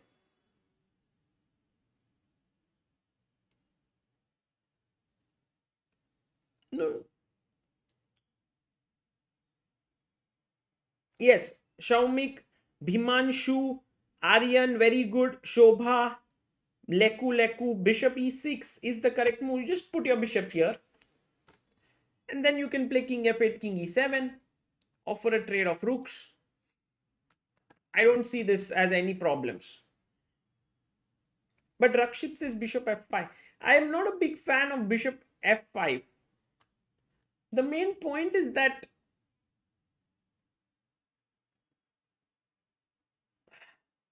somehow, I don't know why bishop e6 just feels natural. Let's say king f2, king f8, rook d6, king e7, rook b6, and you have pressure here. While if I were to play bishop e6 and you do the same plan with rook d6, rook b6, I have here, and knight d5. Attacking your rook and your knight. If you take on b7, then I have knight c3 breaking your structure and rook c8. And if you take here, I have this. Maybe it's more concrete than anything else, yeah? Perhaps bishop f5 should also be okay if it were not for this rook d6, rook b6 idea.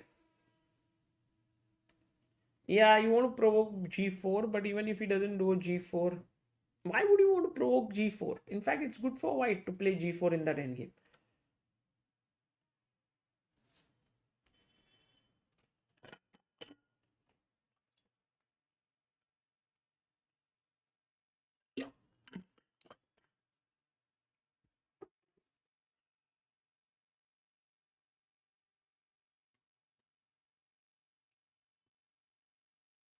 By the way, there's a small thing that I want to announce. Chessbase India is actually looking for a video editor, and the editor task is to have um, thumbnails creation, clips, shorts, and all of these. And so there is a small form that we have, which I can actually put um, in our stream so that you can check it out. And if anyone that you are aware of or yourself is interested in applying for it, please do apply. We are very keen on having someone join our team as a junior video editor, so please do check it out. Abhyuday is still there, yes, but he needs help. He's working a lot, and someone can. And also, there are many things that are still there. If you see the clips channel, it's not something's not coming out regularly, and we would love if someone can join our team.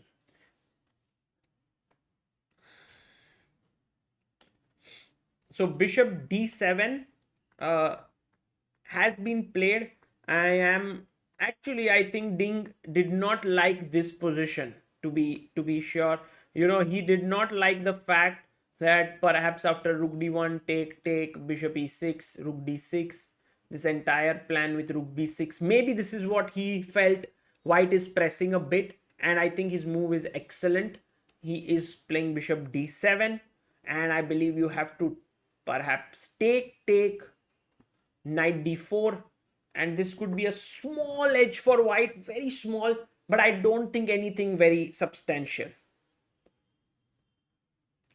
All those who are saying what is the salary that you will get for this job, well, the main thing is, first, if you can send us your work, that would be, and then we can decide on what the salary would be based on the work.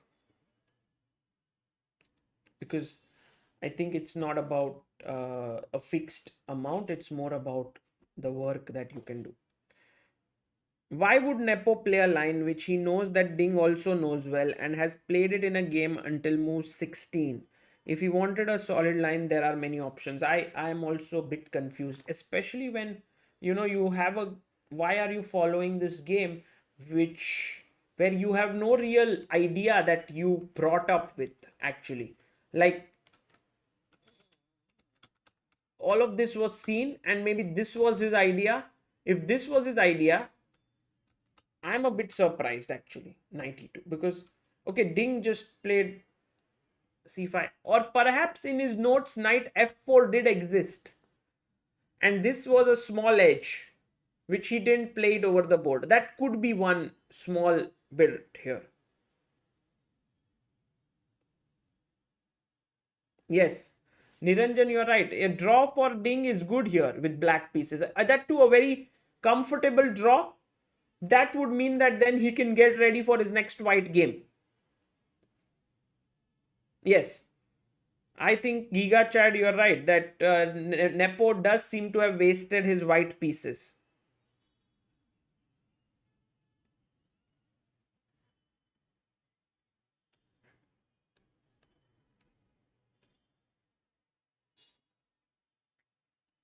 So, okay, I mean, if you play something like bishop d3, then there is maybe something else, bishop c6 with the idea of d4. Don't see that being played. Knight d4 directly could be a possibility, because if you take on d4, I take ed4 attacking your queen. And if you play bishop b5, I take back with this knight, and this is a playable position. I think this is something which we can say white is slightly pressing here. but maybe black has this move a4 to fix this structure. That could be a possibility. Okay, while they are thinking for their moves, how about we look at another game of Capablanca, which is, first one we looked at was with Marshall, and it was the queenside majority game. Should we look at one more? Would you like it? This is another game which is very, very well known.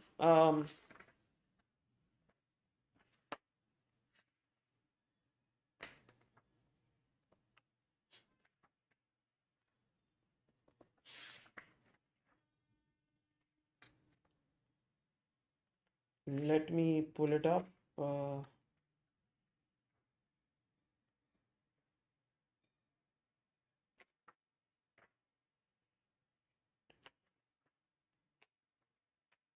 No, 1 second. I had.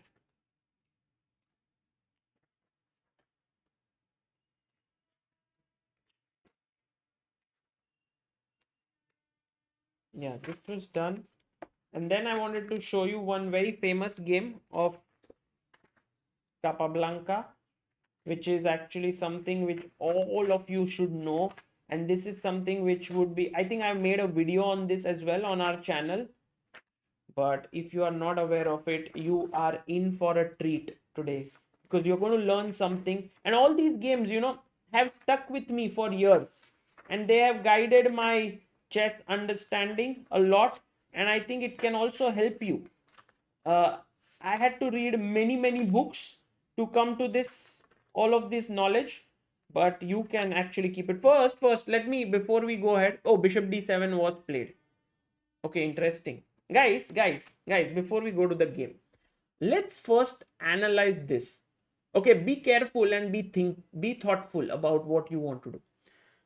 Firstly, if you play rook takes d7, you know that your opponent is keen on putting a knight on d4, and you are very sure that you don't want to get into such a position, because whenever, or maybe let's say even the queen trade, whenever you get into such a position, this knight keeps on attacking.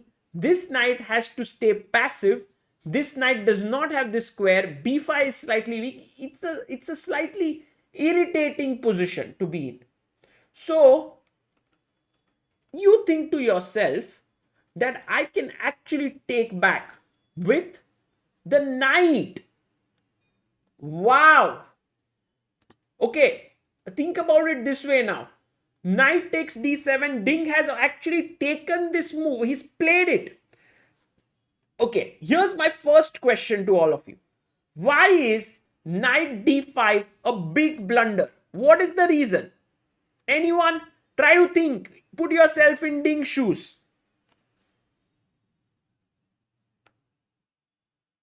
Yes, Senthil, Anurag, Aryan, Shaumik, Shaunak, Dharmik, Agnay, Niranjan, Beloglavi, Priyansh, Saumik, Piali, Uday. Very good. Shrushti, Hypernova. The move knight b6 is game over. Khatam. Tata Khalas. Bye bye. You lose a piece, right? Because of the pin here. Now, you go back and you say to yourself, okay, I can't take with the knight. So what I'll do is I'll take with the queen. I'll take this with the queen. But then what is the problem? What is hanging here? What does black do? Anyone? Very quickly, try to think in your head. Try to think very quickly in your head. What do you do?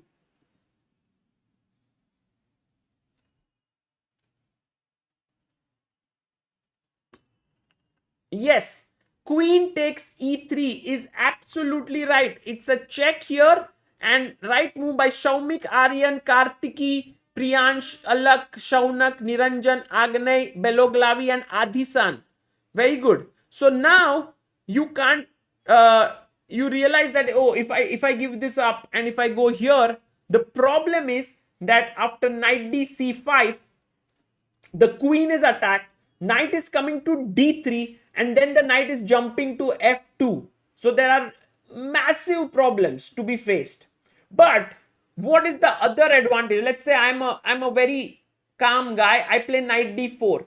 What is the advantage of taking with the knight? Can anyone tell me very quickly? Anyone in the chat who would like to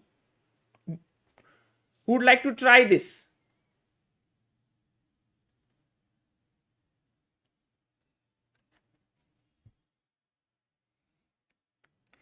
Aryan Bello, yes, I mean, almost every one of you has kind of got the idea, and it looks like the right one to me.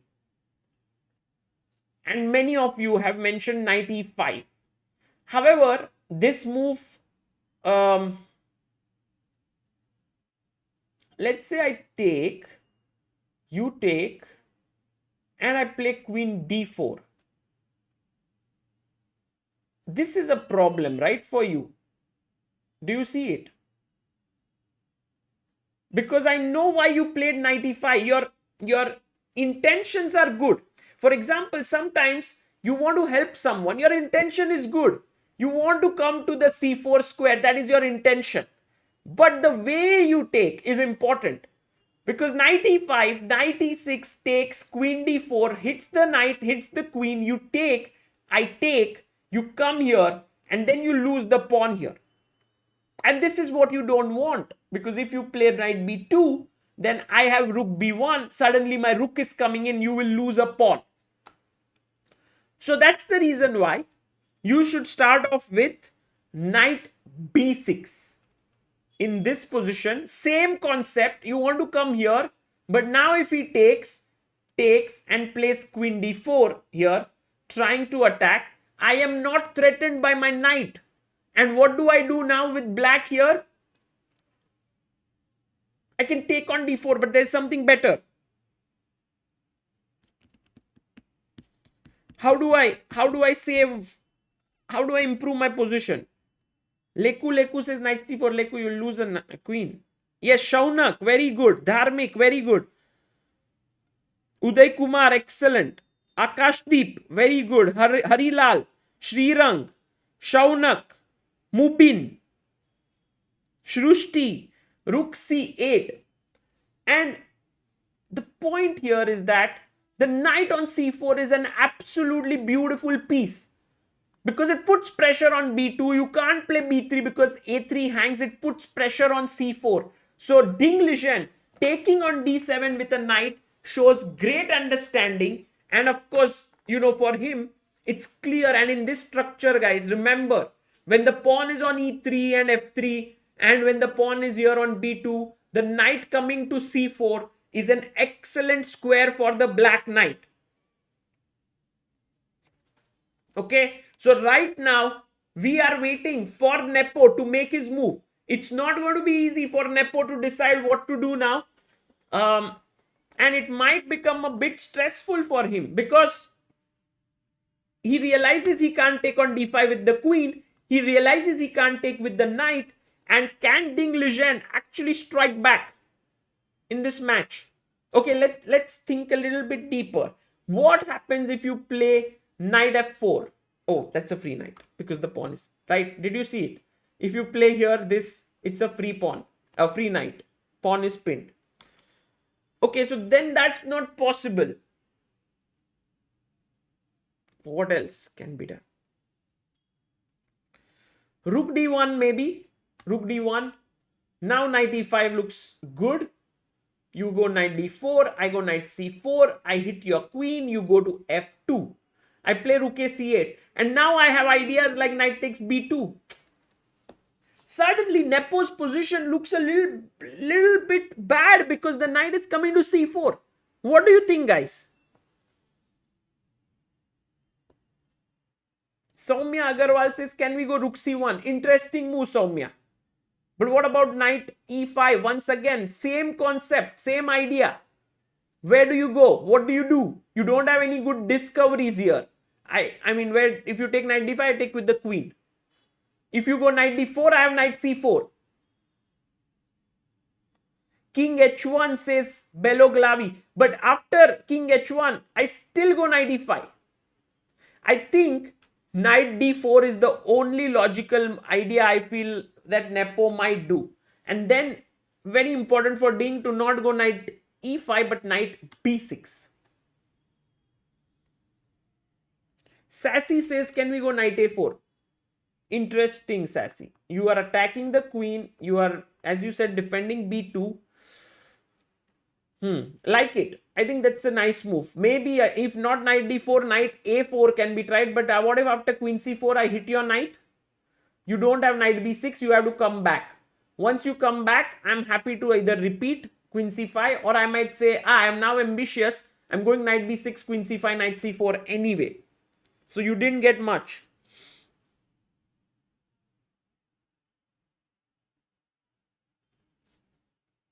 Senthil says, can we go knight c1? But Senthil, after knight c1, what if knight e5? Still the same. I don't know. Maybe you go knight d3. You want to trade. Smart. Trade. But also trade and d4. I guess this is black who's pressing now. Right? Because there's this thing. So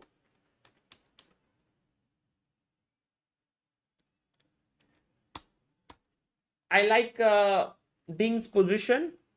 I think he is the one who's at least, I wouldn't say better, but he's definitely very comfortable. And for Nepo, I think it was very important not to take on d7. I think he just missed it. Knight d4, maybe. Just like you remember how Ding Liren in his second game took on f6 and just did not consider gf6. I think Nepo just did not consider knight d7. And now he's sitting there, he's trying to think, he's thinking since 9 minutes, he's like trying to understand. Shaurav Kavathekar says it's heading towards a draw. I have my doubts. It all depends on how Nepo takes this. Because see, knight d4 seems like a natural move, knight b6. And now Nepo is like, oh, he's coming here. I don't like it. So he maybe takes rook c1, play here. Yeah, maybe rook c1. And then when you go knight c4, queen f2. This might be the way to go on. And yeah, not much, but still, black is not the one who's in trouble anymore. You remember we've seen positions where we were talking about the knight on f6 in similar position. This knight was way back here. And at that point, we said that black doesn't want to go into such positions because this knight does not have much to do. It is not so, it's defending d5. But when the knight comes to c4, it is very well placed. It is attacking b2. It is putting pressure on a3. It is looking at e3.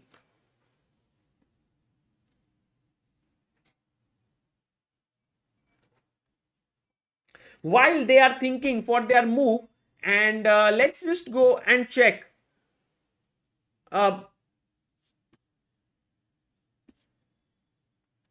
What is it that can, one game of Capablanca, because we were looking at the games of Capablanca for all those who have been looking at it. One second, let me just pull up. There is one more position that I want to show you.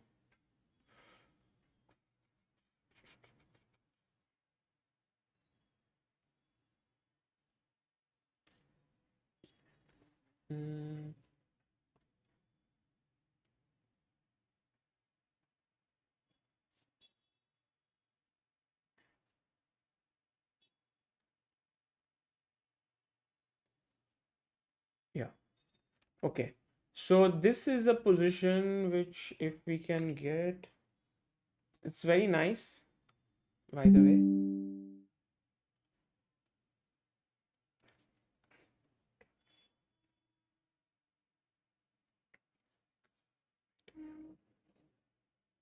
B8, King, K8. So it's Capablanca who's playing with the white pieces here against Emmanuel Lasker. I think they are very confused whether this is a composition or a game, but still, Let's see if you guys can find it here. White to play.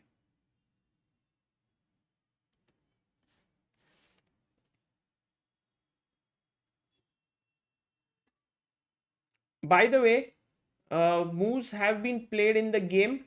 Knight d4, knight b6 has happened as predicted, guys. Ding in top form. Yeah, he's making all the best moves. He's not missing knight e5 business. He goes knight b6. Good job by Ding there. But okay, here about the position on the board. What are we looking at? We are seeing that right now the knight here on a6 and this, they are attacking, and it's not so simple to win this position as white because the rook is kind of trapped. And if you were to save your rook, let's say this way, king c8, apart from many other things that could happen like knight b5, which might be very good, knight a6 is at least a draw here, right? This is a draw. So white went here and captured knight takes c7, knight takes c7. And now the question to you here is, what did white play in this position? White to play.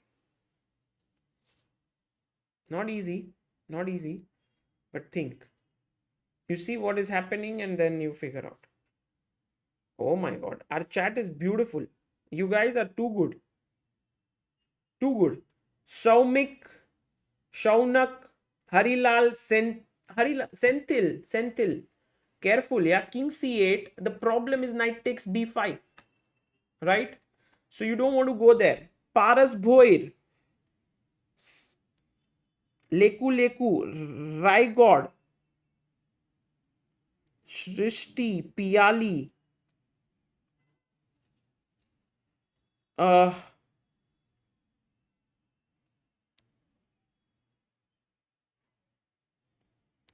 So all those who found, by the way, you can't take here, it's a stalemate. So all those who found rook a8, just kudos to you. Big kudos to you for finding this. Because knight takes a8 is possible. King takes a8 loses to now king c7. And this pawn endgame is losing. King c6 and do whatever you want. This is going. So let's say king a8 takes. King here, and now I can play king a6, king a8, b6, b7 and king a7. Just over. So rook a8 you must take with the knight. And now what is the move here for white? Isn't it beautiful? This finish. How do you win? Yes, king c8. King c8 just traps everything.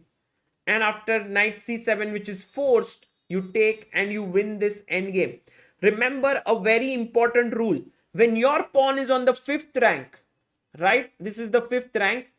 The key squares for this pawn become these 6 squares. So if the king comes on this square, you are winning. No matter where the black king is. Even if black wants to keep the opposition, doesn't want to keep the opposition, come what may, you are just winning this.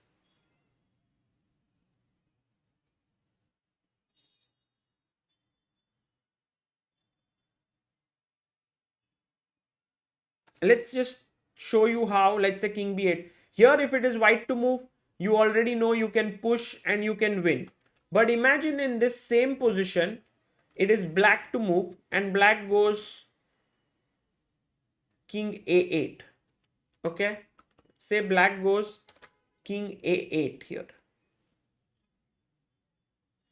Now if you go king here, then this can end in a draw, right? This is a draw.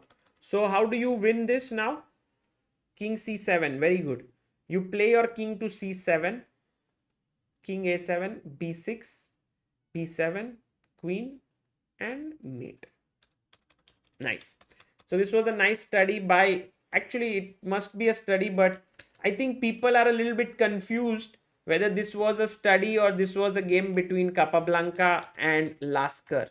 So we'll go to another game, another position, but before that, let's see what is happening in the game of Nepoding. Are you enjoying gaining this knowledge and trying to solve, knowing more about the world champions while we look at the world championship match? Dinesh Kumar, thank you for becoming backer of Indian chess.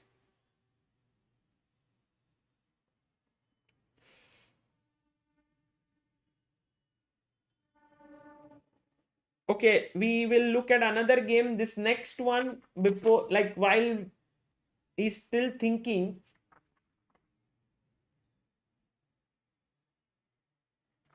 is my one of these games which I told I have made a video on it already on Chessbase India. Uh, it's Capablanca versus Winter. William Winter. Very famous game. Very, very famous. If you haven't seen it already, um, you are in for a treat again. Many treats today.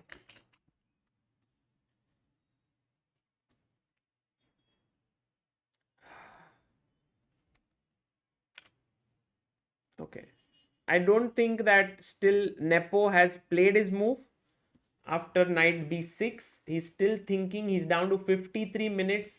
Ding has 47 minutes. So let's quickly go and check the game of Winter versus Capablanca. And what a game this was. So here's the game. Has anyone seen it? Dinesh says, "You are awesome, Sagar. This is just my little contribution. Thank you. This is big because this all goes to chess community of India, some talented chess player. And we are doing this. In fact, I was writing an article on all the work that Help Chess has done in the last 1 year. And we have spent, I mean, we in the sense it's contribution by you, by the viewers of Chessbase India, but together we have spent 26 lakh rupees for the young talents of Indian chess, and we've supported them. I'm actually putting down all the breakdown with the help of Supriya, who helps to keep all the records there on Chessbase India, and with the Help Chess Foundation, basically.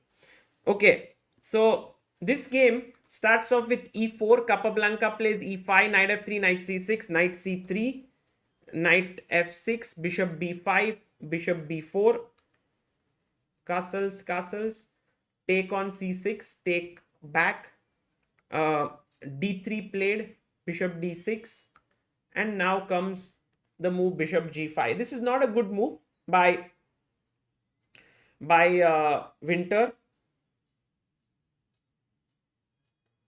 Um, he should have, maybe a good idea here is to go knight e2, maybe transfer the knight to g3. Also h3 is a good idea, but he went bishop g5, and now Capablanca played h6. And you know, if you take here, it's not, you just lost the bishop pair, right?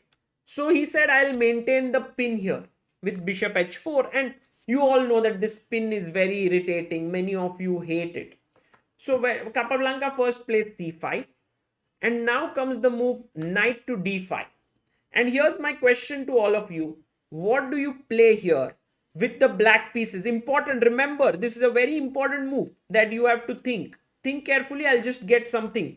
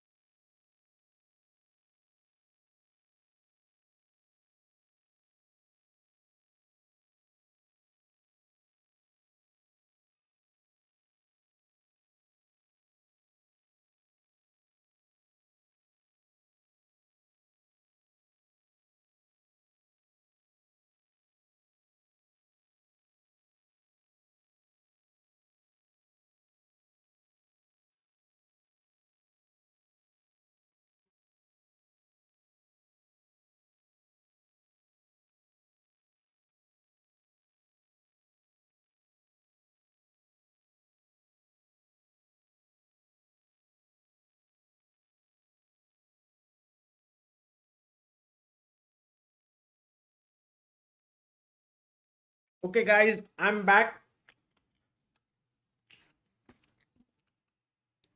So the move that all of you have mentioned and many of you is G5, and I'm so proud of all of you who found this brilliant job here done by Shaumik, Chess Warrior, Senthil, Shaunak, Aryan, Kartiki, Piali, Learn and Fun with Shreyansh, Agne, and Mubin. So many times, we get worried. Oh, if we play G5, what will happen? My king gets weakened. But the point is, we'll see in the game that if you go bishop G3 here, maybe he didn't like knight d5, d5, this structure, and then f6, just solidifying everything. So he took knight f6 in the game. What you might have been worried about is knight takes g5. Why is this a bad move? Anyone?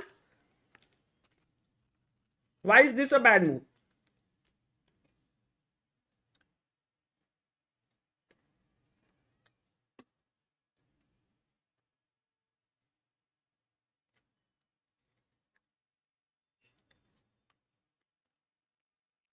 By the way, a few moves have happened.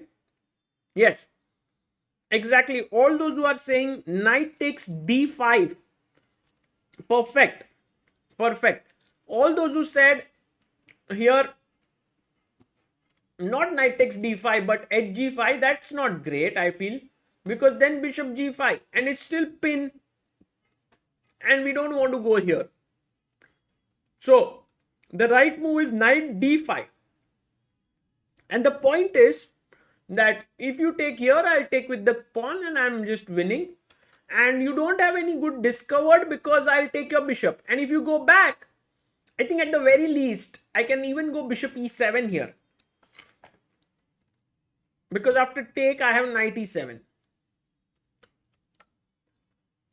So because of this, he took on f6, queen f6, and played bg3.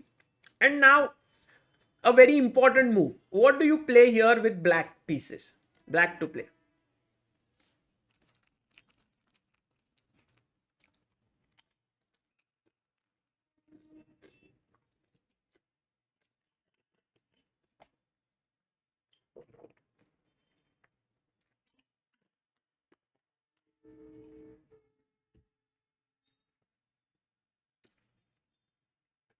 All those who have said bishop g4, brilliant work. Because with bishop g4, Dharmik, Chess Warrior, Shobha, Senthil, Shaumik, Ravish, Hriday, Piali, Tahmid, Vivan. The point is that after here, takes, takes, takes, takes, what is the biggest problem? And f6, what is the biggest problem that white faces? What is the biggest issue? Viresh, very good, Viresh. Chess Warrior, you are right. No, not double pawns. It is the bishop, Shaumik. Arjun, you are right. The bishop on g3 is just completely out of the game. You can do anything you want. Like, look, the bishop can't come back from here. These two pawns will stop. It has no scope here. If it goes back, what to do? It cannot go here. Even if it goes from here and here, there is no way to go out, because this pawn is completely boxed in. And you know how Capablanca wins this. Keep this in mind, by the way. He just brings his king in. He doesn't touch there. He keeps it as it is. And then here he plays the move c6, b5, and very nice move c4. This was I should have asked you guys, but c4 was the decisive move. The reason why this is decisive is because you will be up a complete piece here. At this point, you are one piece up, and he resigned here because this bishop is still not getting activated. So yeah, you are right. Black is playing a bishop up basically here. This bishop is completely dead. So with this knowledge and understanding, remember this concept that once this happens, a very good idea could be to pin, double these pawns, because if let's say this you don't do and you play another move like let's say a5, then he can just go knight d2, f3 and get the bishop and get the bishop in the game this way. But because of bishop g4, that's why I call this a very important move. Okay, let's go back to the game of Nepo versus Ding. And in this particular game, we were looking at rook d1. We saw this line actually, rook d1, knight c4 also we saw, and queen f2 has also happened. And now an important moment. Let's try to think. We actually felt here that one way for black to at least equalize, which I mean, I don't think he needs to think about equality anymore, is to take. And then after pawn takes, we already know that queen c6 or queen b6 or queen d6 is a very nice position. And joining me all the way from the bedroom and the workroom and from where, Sagar? Amruta Mokal, how are you? I'm good. This is the tea. It's for me, not for you. So I'm very interested to drink chai and watch Nepo's game. Like people generally drink coffee and watch IPL. Oh, nice. That kind of a thing. Why coffee? I mean, people also watch tea, can drink tea and watch IPL. Okay. So, rook d4, by the way, is correct, is better. And Amruta, this is the live position. What are your thoughts here? Who's better according to you, white or black? On a very quick note, d5 pawn is isolated. Oh, but that knight is beautifully placed on c4, making use of that isolated pawn. Knight on d4 is a great blockader. It should go to f5, but g7 is very well defended by that e6 knight. So okay, e3 pawn is definitely a weakness here. Actually, in terms of the piece activity, I would say black is better. In terms of pawn structure, white has a better pawn structure, but doesn't matter because isolated pawn. What matters is the dynamics, the piece activity, which is with black. Who is black? Ding Liren. Oh, okay. So Ding Liren, we can say, has the initiative. You're right. Because, by the way, Amruta, here there was a very interesting move, as pointed out by Rakshit. And the move is to play b5. Now, at first, I don't get the move. Because my thought is Knight b5. that if you take here, then I get this move. Knight Because b5. you take here with the queen's defense, but And d4 is coming. yeah, but what is the point here if he took with the knight? Can anyone in the chat tell what is the move that black can play here, which is pretty interesting?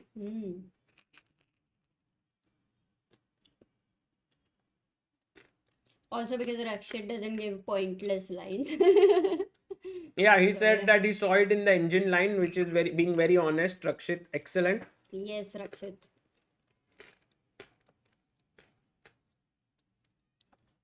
Rakshit, I know. I have beaten you. So I know that. But he can say, actually, he beat me in one of the game as revenge. Abhimanyu Singh says, hi Sagar and Amruta from Poland. Hello, Abhimanyu. Wow. Okay, so the move which our chat says is rook a b8. Good move, interesting move. But here after a4, somehow white has stabilized it. And so keeping that in mind, that you don't let him stabilize the knight on b5. a4. The people who have given the right answer with a4 is Amruta here, along with Chess Always, Tony Prince, Chess Warrior, and Dharmik Thanki. Well done, guys. All of you have found this move. And this is the correct move. But Sagar, then why b5? Like, No, suppose so the you thing play is, direct a4. Okay, what's the problem? but then the knight can sit on b5, right? What? Let's say, No, here. Instead of b5, you go a4. yeah. So you are saying knight c b5. No, but then there might be rook a5. Yeah. So this is a question. Let's try to understand. Uh, What is wrong with direct a4, if at all? I think what is very Oh, no, beneficial, no. Amrita, is that here rook b8 and b2 is very weak. So you are happy if the b file opens, and if the b file doesn't open, I'll suggest a move, let's say f4. You don't have time because there is b4. ab4, ab4, and if knight b5 now you go, there is rook a2, I guess. Yeah. So b2 पे attack हो रहा है. Whereas if you play directly a4, Sagar, then now if you go f4, because the idea is clear, f5, f6, and looks like actually a very brilliant idea, yeah, f4 engine's idea. So यहाँ पे you don't have time. Yeah, you don't get play with b. If you play b5, then I'm faster with f5. Can I say that f4 is a strong threat for white, and Ding needs to be prepared for that? Well, that's what he did. Yeah, Amrita. He What did he played play? here rook ac8, and his point was that if you play f4, let's ask our chat, why is f4 not a good move here? Like Amrita was saying that you can go on an attack, but that is not a good move. Yeah. By the way, we have Agane Shiju, who says, I am Agane, 9 years from Kuwait. I Hello. love chess. He's just Hello. 9 years old. Hello, Agne.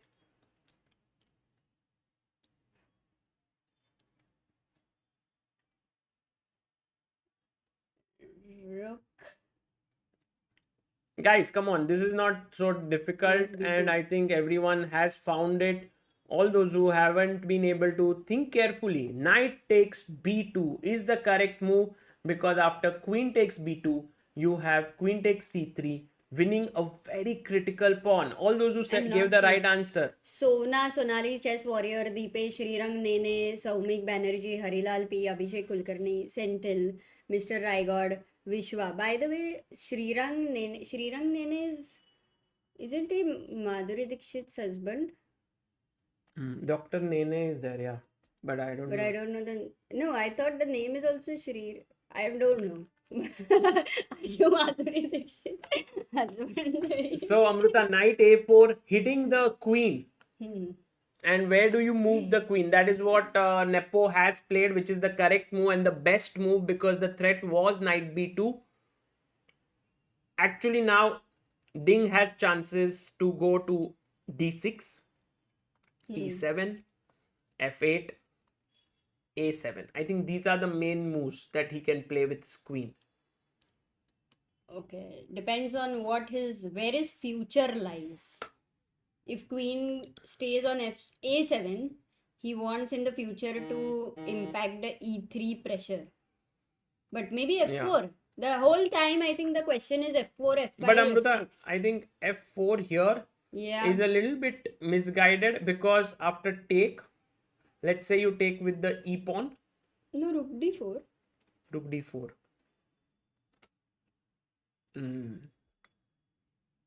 Now let's ask our chat what happens. And look at this variation, Amrita. Take, okay. Queen takes. 1 second. And now what is an important move? Black to play. Guys, be careful, huh? Okay, but is that leading? Yes, it's for you. Is that really winning? Mukul says justice for Sagar Shah, he deserves the tea. No, I definitely don't think he deserves the tea. No, I mean, he doesn't like tea. What is the move here? Actually, काफी varied answers. And the number of people who have got this right, Amrita, let's see if our chat managed this time. Rook c4, this is exactly what I thought they would do, and which is the second best move. But for rook e4? Not rook e4. No, even rook e4. Rook e4, suppose. Queen e3, rook e3, and rook a4 was my question. Is it really winning this rook endgame? No, it's not winning, but it's better. You are a pawn up. But what was better than this, Hmm. instead of this, and which has been found only by a handful of people here, Jayanti, Viresh, Sumalya, Harilal, Chess Always, and Bichu, is rook e8. I'm Ah. attacking your queen now. Now, the only way to keep sort of some D2 control, or F2. But let's say, D2 is a pin. yeah, Absolute pin. Rook C4. You rook hate it. Or rook c4, E4 and you'll lose rook material. d1, Rook and E4. now, yes, rook No, yeah, e4. they will find it. And this is brilliant, right? Yeah. Okay, so then you say I will go queen f2. And this is my next question to all of you. What should black play here? Wonderful. Think carefully. Lovely. Kya hi? Come on, all 566 people. 100% of you try to give the answer. What happened? Is it too ambitious? Yeah, of course. Inuka, if you play rook c4, now it's not pinned, right? Because the queen is blocking this entire diagonal. So you cannot play rook c4. I'll just take it. How is rook e2 winning though? So now the thing that everyone's mentioned, and I think this is the right move, and Amruta, because of your motivation, lot more people wrote. 33 people. Viresh, Harilal, Jayanti, Rakshit, Shrirang, Dharmik, Chess, Warrior, Saumik, Satish, Arjun. So here, and now you take, in comes check, king has to move, and then queen takes a4. And now you might think, oh, but what's the difference? Even that line you were pawn up. But remember, guys, with queens on the board, it is way different, because rook endgames one pawn up sometimes is drawish. But with the queen still on board, rook c2, queen b3, this pawn weak, it is game over.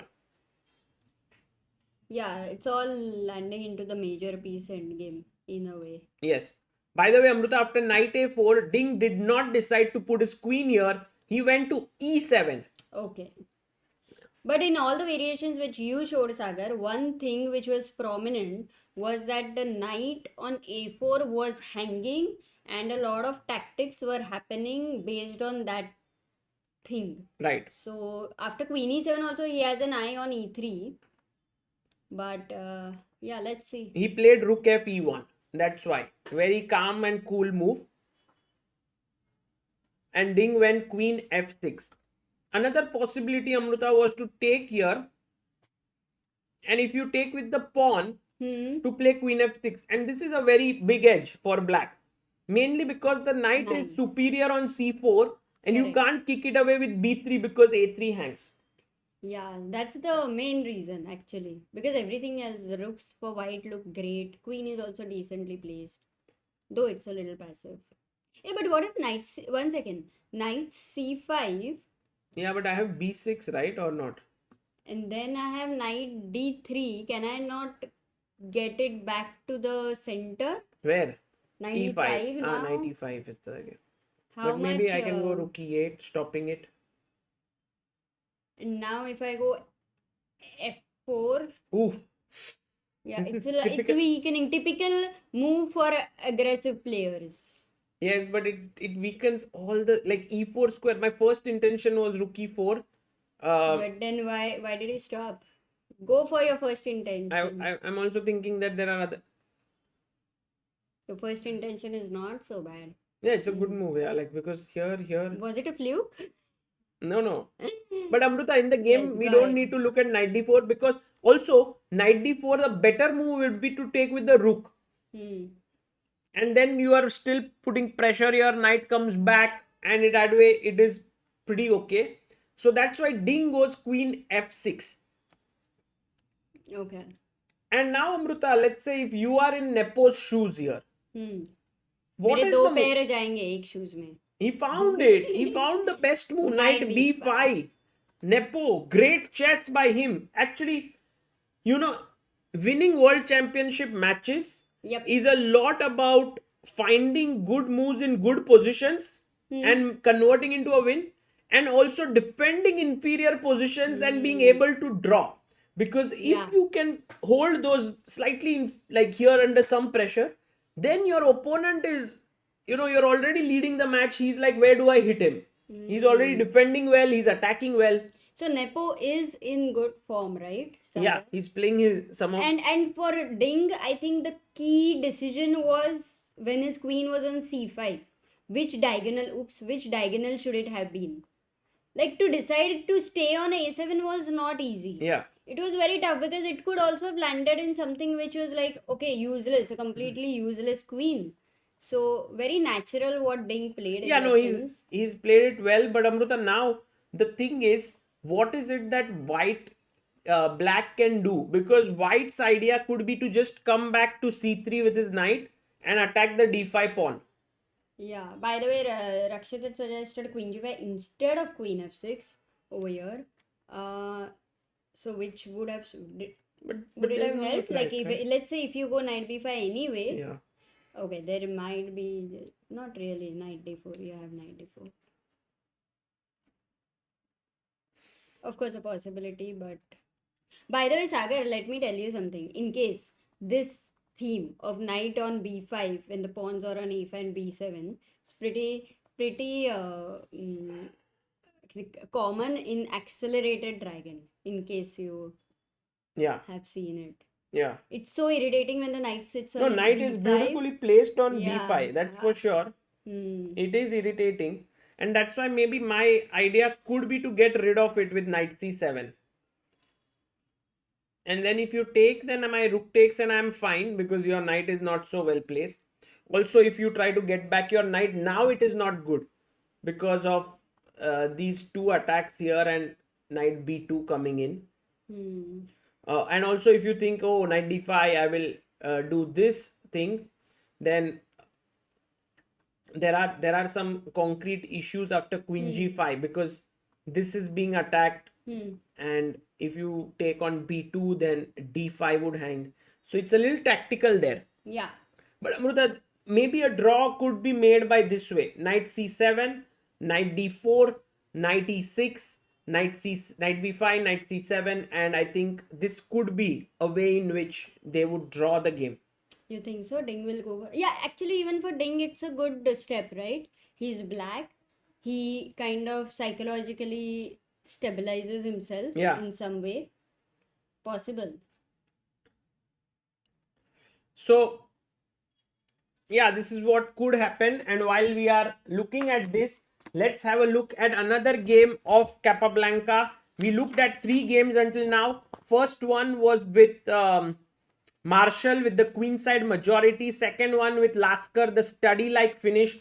Third one with Winter, where we saw how to make use of a very bad bishop, how to give your opponent a very bad bishop. And now we are going to look at one more game.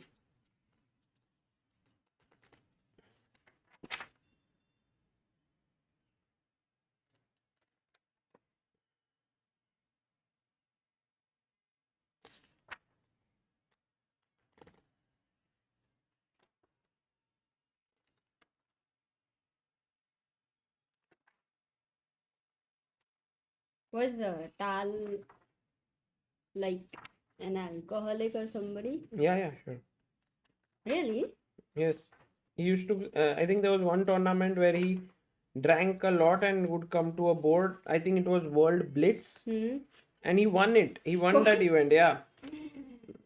It was, everyone was shocked. But guys, come on. Like, it's not like if you drink, you play better chess or something. Because... No, I mean, come on. There are always, it's like saying that, if you want to be a good entrepreneur, yeah, like Elon Musk, you have to have 4 wives or something. I mean, you have to, not wives, but you basically. And he does it worse. So I mean, let's No, not but look at the bad problem qualities. with drink. Yeah. Anyway, like, it's important that when you're drinking, first of all, like a regular drinker, you don't have control on your mind. No, but the main thing is that you should If look you're at an the alcoholic, you good don't have... qualities of Tal rather than the negative ones. Yeah, but they are thinking that the good qualities are because he was drinking. That's the whole point. But if you're an alcoholic, then you are basically not having control over your mind, which is the biggest problem.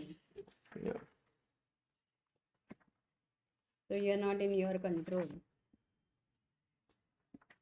What are your ratings, Sagar and Amrita? So we are 4,570 or something. Yeah, highest rated together. Together we are strong.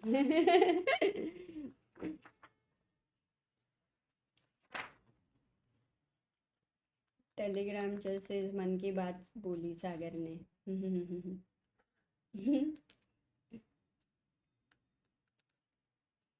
Sachin asked while visualizing board in mind, what grandmasters visualize? It's online or offline physical board in 3D. I think it's different for different people.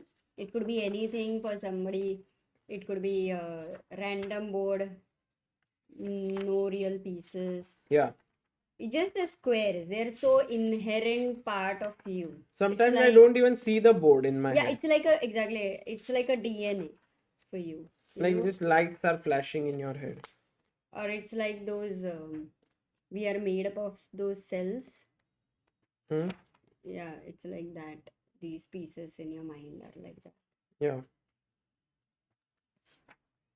Okay, there are many games, but of course, the one game which you all should know of Capablanca Amruta. Is it by okay? Just I want to see if there is any coincidence. So Omik had suggested a game.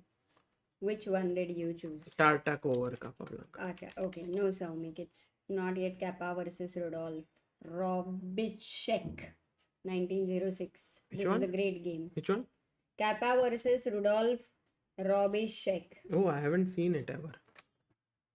It's very interesting because I. Saumik, what do you have a FIDE rating? What's your FIDE rating? How old are you?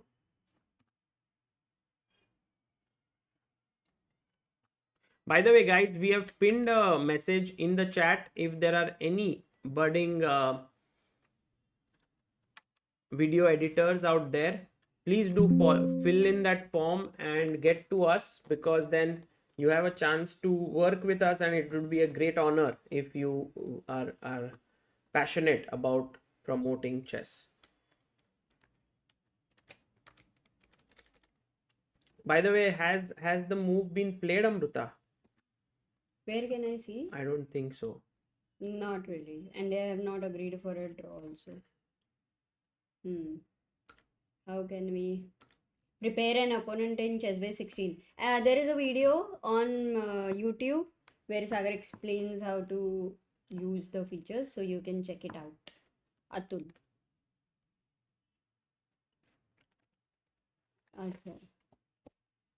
Okay, Amruta. Yes.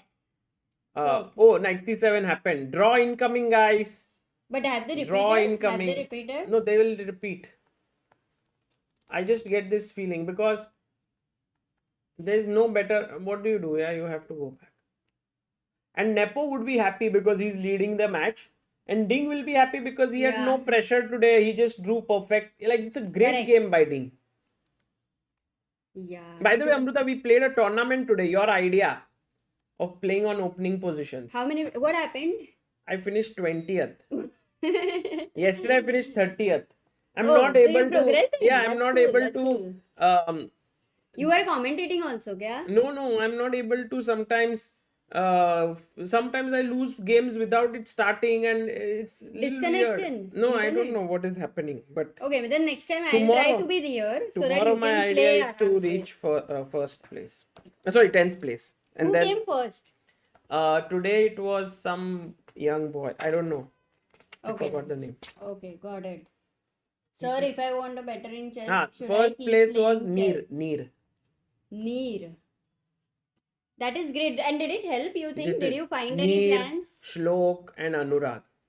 Got it. But did you find any plans or anything close to the game or nothing? Not at all. Yes, we found a bit of, like, we understand it better. Okay. So, Amruta, can I show that game? Yeah, you don't need my permission. You can show, and I'll also take leave. Leave.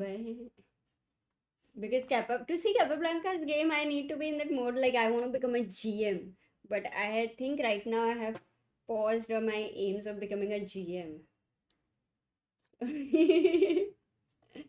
Okay, guys, you can say bye to Amrita, and she will be back Yeah, I'll be maybe back. later if the game goes on for a long duration. But I doubt Amrita. So Yeah. maybe it'll get over soon. Yeah, Thank you. thank you. Take this.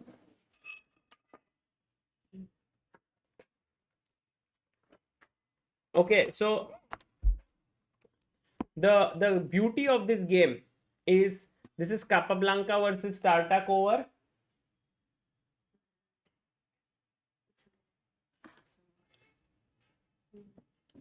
So this is one of the most famous rook end games out there.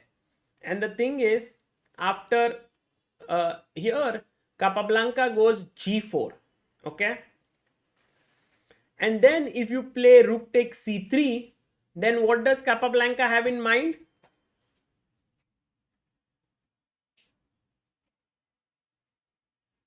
What does he have in mind? No, no one says if my knight jumps over my bishop, does it count as capturing the bishop? No. Bishop takes g6. Yes, this is the correct move. Yeah, Mayur Abhisheki, you are right. This is the first game in the Chernev book on 62 most instructive games of chess. So this is hanging. So he did not take here. He went knight c4. He played g5. Check. King came here. Knight went back. He took. Pawn takes. And now came a very important moment in the game. Because if you look at this endgame, it shows that both sides have 5 pawns apiece. Black rook is active because it's attacking c3 and also defending c7. White rook is active because it's cutting off the black king on the 7th rank. What is the big advantage that white has as compared to black? What is that big advantage?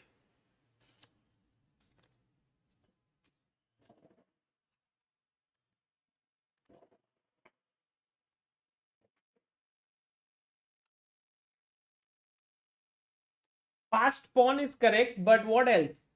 Yes, g5 passer. But anything else? Yes, Arjun Iyer, you are right. Rook on 7th. And Saksham Kaul, you are right. King activity. One of the biggest advantages is that the white king is free while the black king is boxed in. So what black wants to do is he wants to take on c3 and cut the king off. Oops, a drunk line there. Cut the king off here like this. So what is it that white should play here? White to play.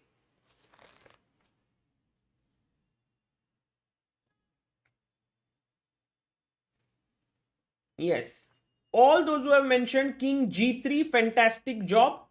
King is going up. So he took on c3. King went to h4.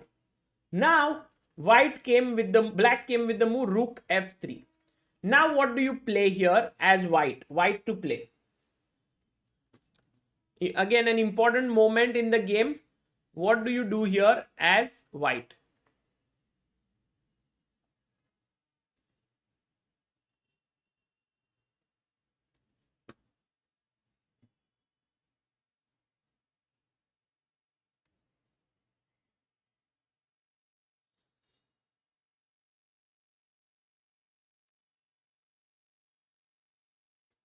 Yes, many of you have got this one correct. Good job done by Senthil, Harilal, Medhan, Shaumik, Srirang, Saksham, Arijit, Bheru, chess player, Mubin. Fantastic. This is correct. G6. Now he took the pawn and he played king g5. Here comes another important moment. He goes rook e4. He realizes that if he takes this pawn, he's in trouble. So he goes rook e4. And here's my next question to you. What would you play here as white? White to play? How many of you? Okay, here's a question. Don't save the move. How many of you will take this pawn. If you want to take the pawn, say yes. If you don't want to take the pawn, say no. Yes or no?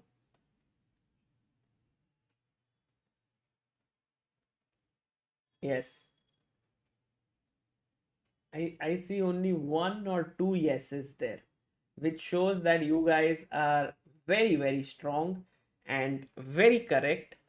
Saksham Kaul says it correctly. I don't want to take on f5 because I will use it as an umbrella. Now, what does umbrella mean? A very important concept in the endgame. Umbrella. So, here's what it means. If in such a position, I were to take this pawn and the rook comes down here and I go up. Oops, sorry. I go up. Then the black rook will keep checking from below. It's like rain falling on your head and you have no cover because there is no way to take any cover. Your pawn is a little too far. You can't cover yourself. So what you do is you use your opponent's pawn as an umbrella. Yeah.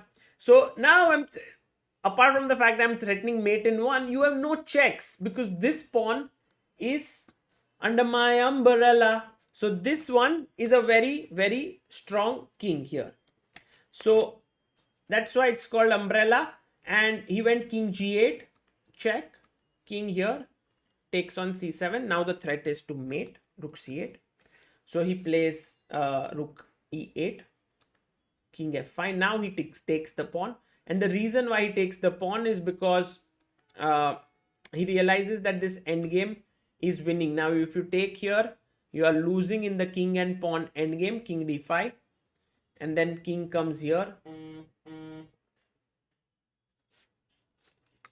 King c6, d5 and so on. So that's the reason why king g8 was played. But now it takes one pawn, takes another pawn, and from being 2 pawns down, he's now 2 pawns up and he's completely winning. So a very beautiful endgame. I hope you will remember this one. Did you like it? And actually there are many deep analysis that was done by Mark Dvoretsky here, who mentions that perhaps, I don't know at which moment, I think at this moment, yeah, there is some deep analysis that black can still hold here. And maybe instead of rook, I think rook f3 is the critical error of the game. So if now you see everything that happened and you have to come up with a move, or maybe I'm wrong, yeah, this might be still... yeah, maybe it's winning this endgame. Until some point it was a draw. Maybe somewhere here, like knight f5 was bad, knight d1 was better here, and then maybe black has good chances. But the moment he went here, it's bad. And one of the moves that I think Dvoretsky suggested here was a6. a6. Oh, by the way, move has happened by Ding. So let's just have a quick look at that. I'm not very optimistic about the game continuing. Knight d4 happened. Knight e6 also has happened. So we are, this is what it might happen very soon. Both players will vanish. But knight e6 has happened, and I think Nepo might not risk it here.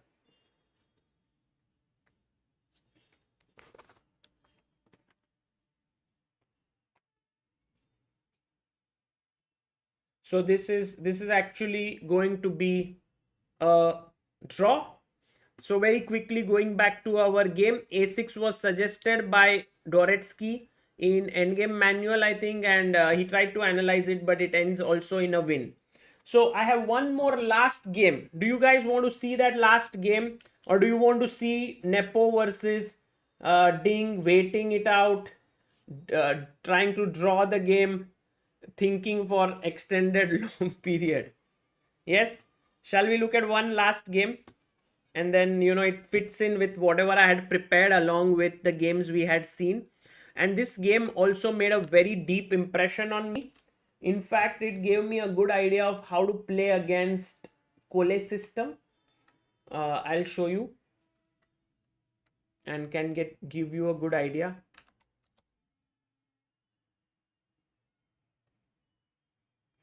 Also, there was this one more game which someone which one of our readers has suggested. So I'm going to look at that one as well. Just if you could remind me again, what was that name? Robausch or something like that.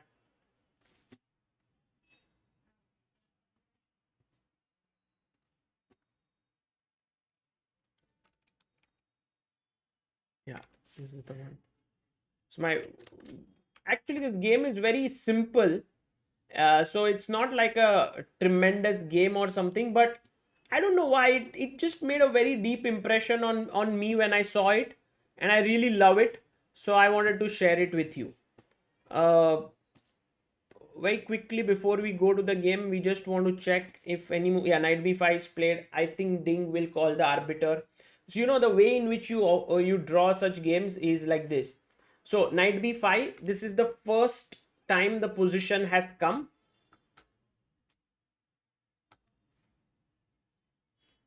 Second time that the position has come. He's still thinking. One second. It's still, I think, 1, 2. So it's here. They are still, so it's not, I mean, they will repeat it, but it'll take some time. And maybe Ding starts to think, that, oh, what if I play knight c5? What if I fight on? What if I play h5, h4? Because Ding still has possibilities, Why should he agree to a draw? He also has 23 minutes, but there's this stress of having lost one game. You don't want to lose another one. Your confidence is low. You made a very good comeback today by not blundering anything. What do you think, guys?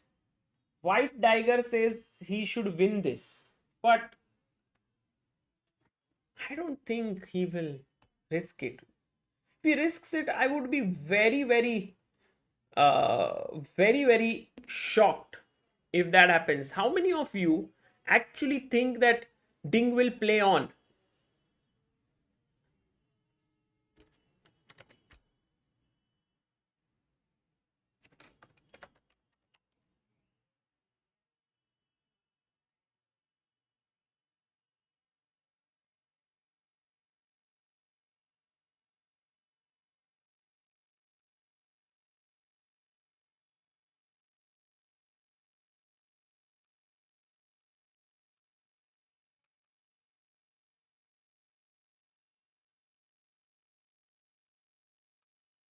Oh, nice game. Nice suggestion by. This is a beautiful suggestion by Shaumik. Shaumik, I'm a very big fan of this game now. Thank you for suggesting it. We will look at it together. Let's have a look at that game. It's a great game suggested by Shaumik. But these played him twice actually. But I think the second one, New York one, is what you want to show. Niklesh Jain, I'm polite, says Ding. Okay.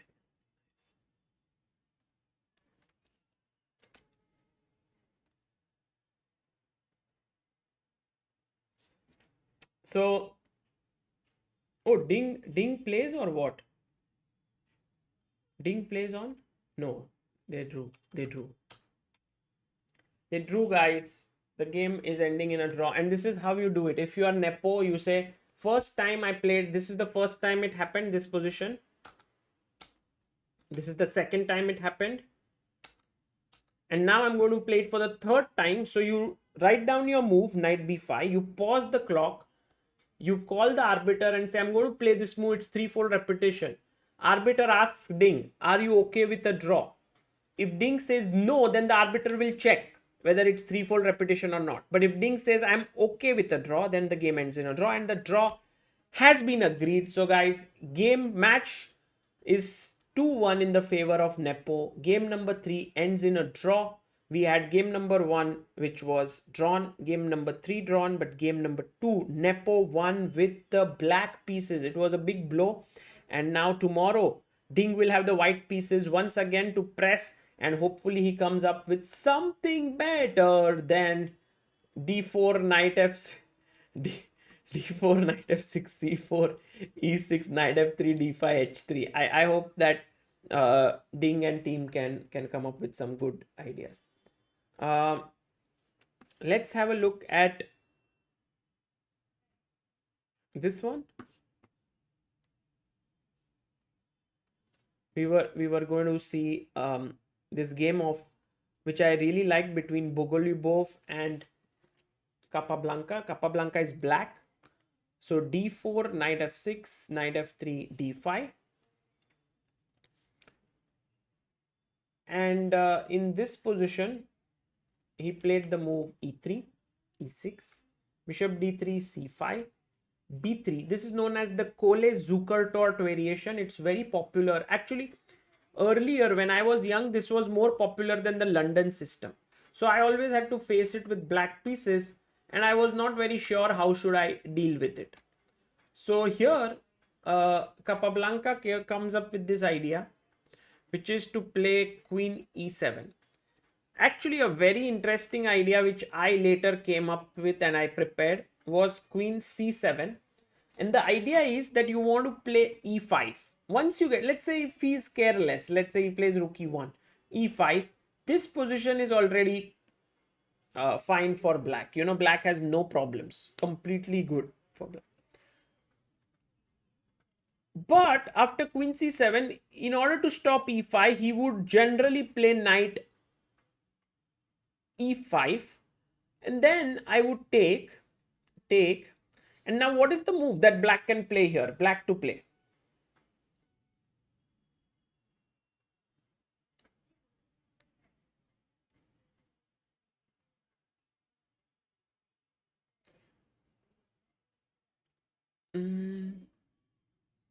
Knight d4. Huh?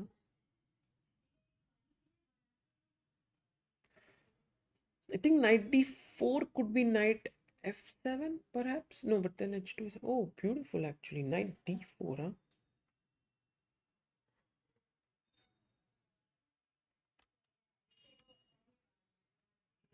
Oh, yeah. No, I get it. I get it now.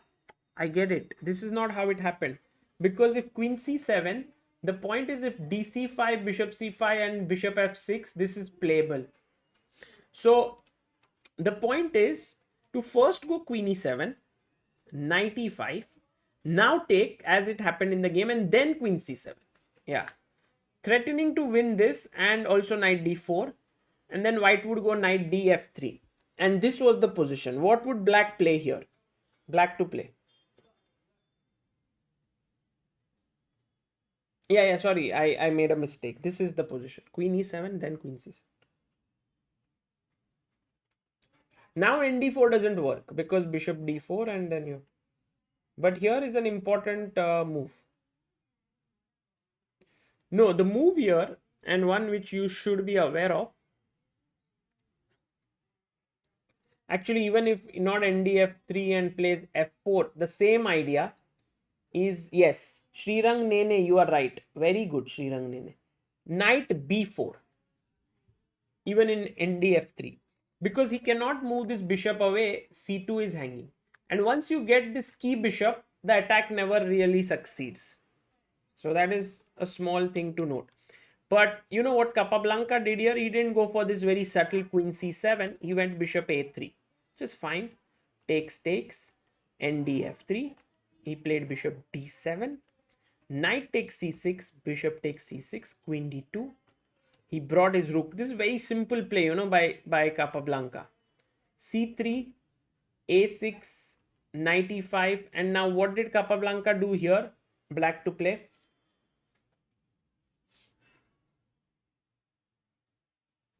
Black to play. Knight d7, Satish, possible. Arjun Iyer, very good. Arjun, excellent. The right move here is bishop to b5. You want to trade the bishop. Nai Ke Biswas, you are right. Ubed Ali Mir, you are right. You want to trade, and if he trades, you are happy. Even if double pawns, this is a weak pawn. F3, you take, knight takes, rook c7, rook c1, rook c8, rook c2, knight e8 was played, rerouting the knight to a good square, knight e5, queen a5, c3 under pressure, a4, queen b6, putting pressure here on b3, knight d3 was played, and his point was that after queen b3, he wanted to play knight c5, queen b6, rook b2, queen a7, and by the way, I think he could have defended, yeah, with b4 perhaps. But I don't know, he just gave this pawn. I'm very surprised. Why did he give up this pawn? Maybe he just wanted counterplay. That's why he gave it up. b4 was possible, but he just gave up that pawn. Knight d3, queen b3 here. I mean, I like this phase of the game. First the opening, and now how he converts it. Rook c4, a5 takes, knight c5, knight b5, and the last move of the game is beautiful. Now, what do you play here as black? Black to play. This combination is very important to foresee. What do you do here? Black to move. Come on. Senthil, you were so quick. How did you find it so fast? Harilal. Yuk Sonigara. Very good, Yuk. Ubed. Bishwapreet. Siddhant. Yes. Very good. The move is knight d4. But have you seen it till the end? What if I take? What's the move now? Black to play. What is the move now?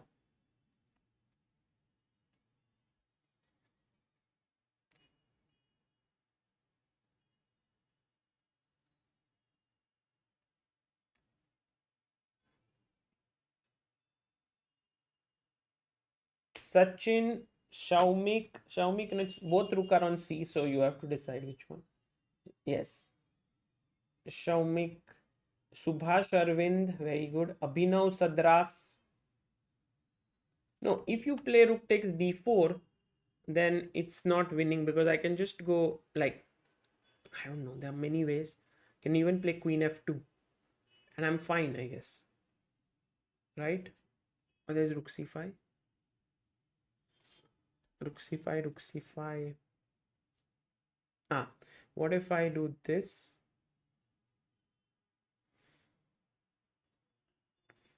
Maybe you want to do rook c4 here.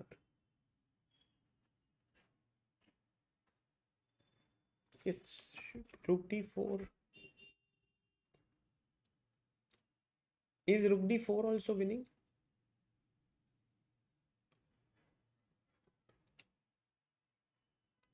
Because I can move the knight somewhere. Where? Actually, rook d4 is interesting move, yeah. What is the problem with rook d4? You know what's the problem? Anyone? White to play? I checked with the engine right now.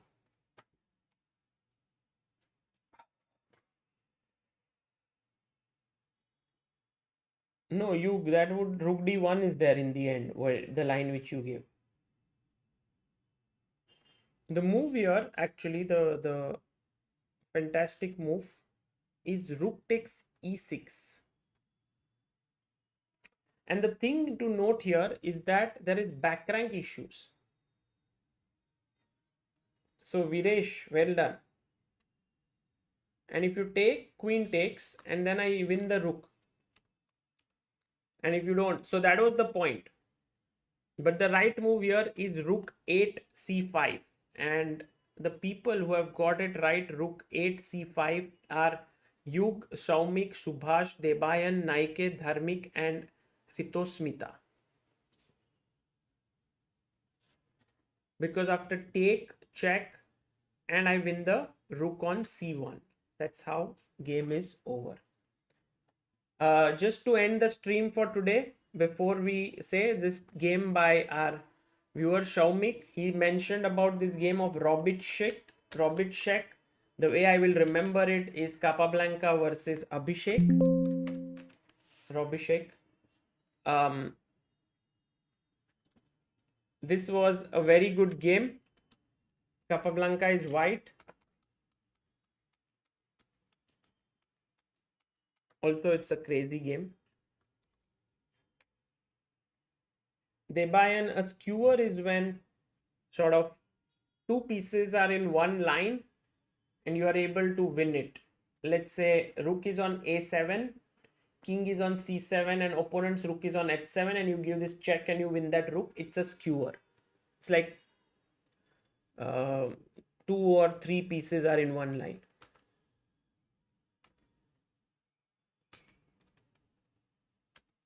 So this is how it went on. Capablanca is better here, but king d7 was better. Robishek would have been fine, but instead he went b8, and now Capablanca tried to attack.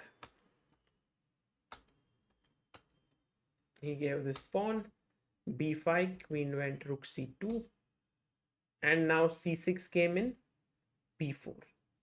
Rook came to c5, queen d4, rook b5, rook went back, rook b7, queen c5, h3, d4. And so now white has actually tied black queen because there's a mate here. So d3 is pushing his pawns. Now you can't take, right, the rook because of mate. So in came queen takes f2. And now what was the best move for white? What is the move that white played here? This is a mistake, but not so easy to spot.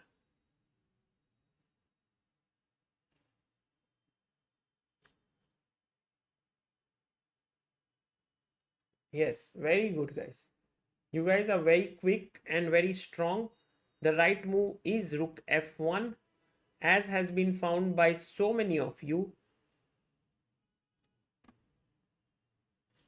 Only, I mean, filled with rook f1. Shaumik, Viresh, Dharmik, Telegram, Naike, Yug, Harilal, Srirang, Samarth, and Shrushti.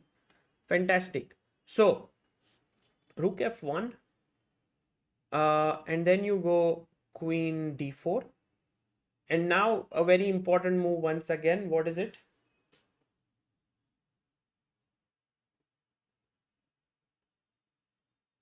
Yes, Dharmik, very good. Telegram chess, very good. Sorry.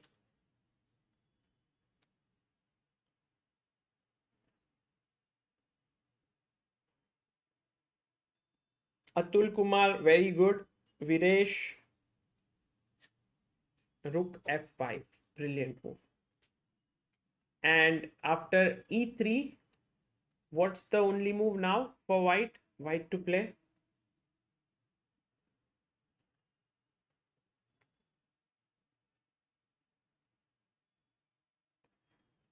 Yeah, if you play rook a5, then maybe queen f4 is a draw at the very least. Queen f4, king h1, queen f1. It's a perpetual, right? If you go rook a5. So all of a sudden the game ends in a draw. Draw. So careful, careful.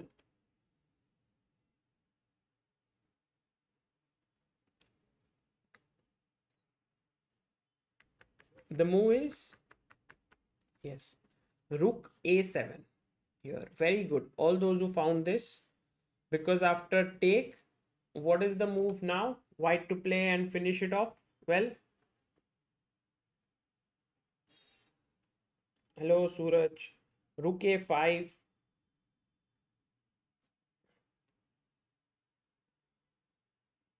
Joe Spout says, hello, I'm watching the series that you made, Improve Your Chess 21 videos. Thank you so much for your contribution from Venezuela. That's wonderful.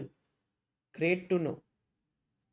Yes, the move is rook a5. All those who found this move, forced mate now. There's no way you can stop queen a7. There's no way to defend the queen, and if you take, it's a very pretty checkmate. So a big thanks to um, Bhaumik, is it? I keep forgetting names. So bad. Okay, Bhaumik or Shaumik, I think. Thank you so much for telling us about this game, and Shaumik, sorry, and for showing this beautiful game. And today it has ended in a draw. I'll go and record this video for the game, and we'll see you. If anyone wants to um, join the Chessbase India team, we have a form that is in the pinned message for video editor. We are looking for someone who can help us with thumbnails and also with clips. So please do check it out and get back to us. For now, this is Sagar Shah signing off. Bye bye, guys. Thank you.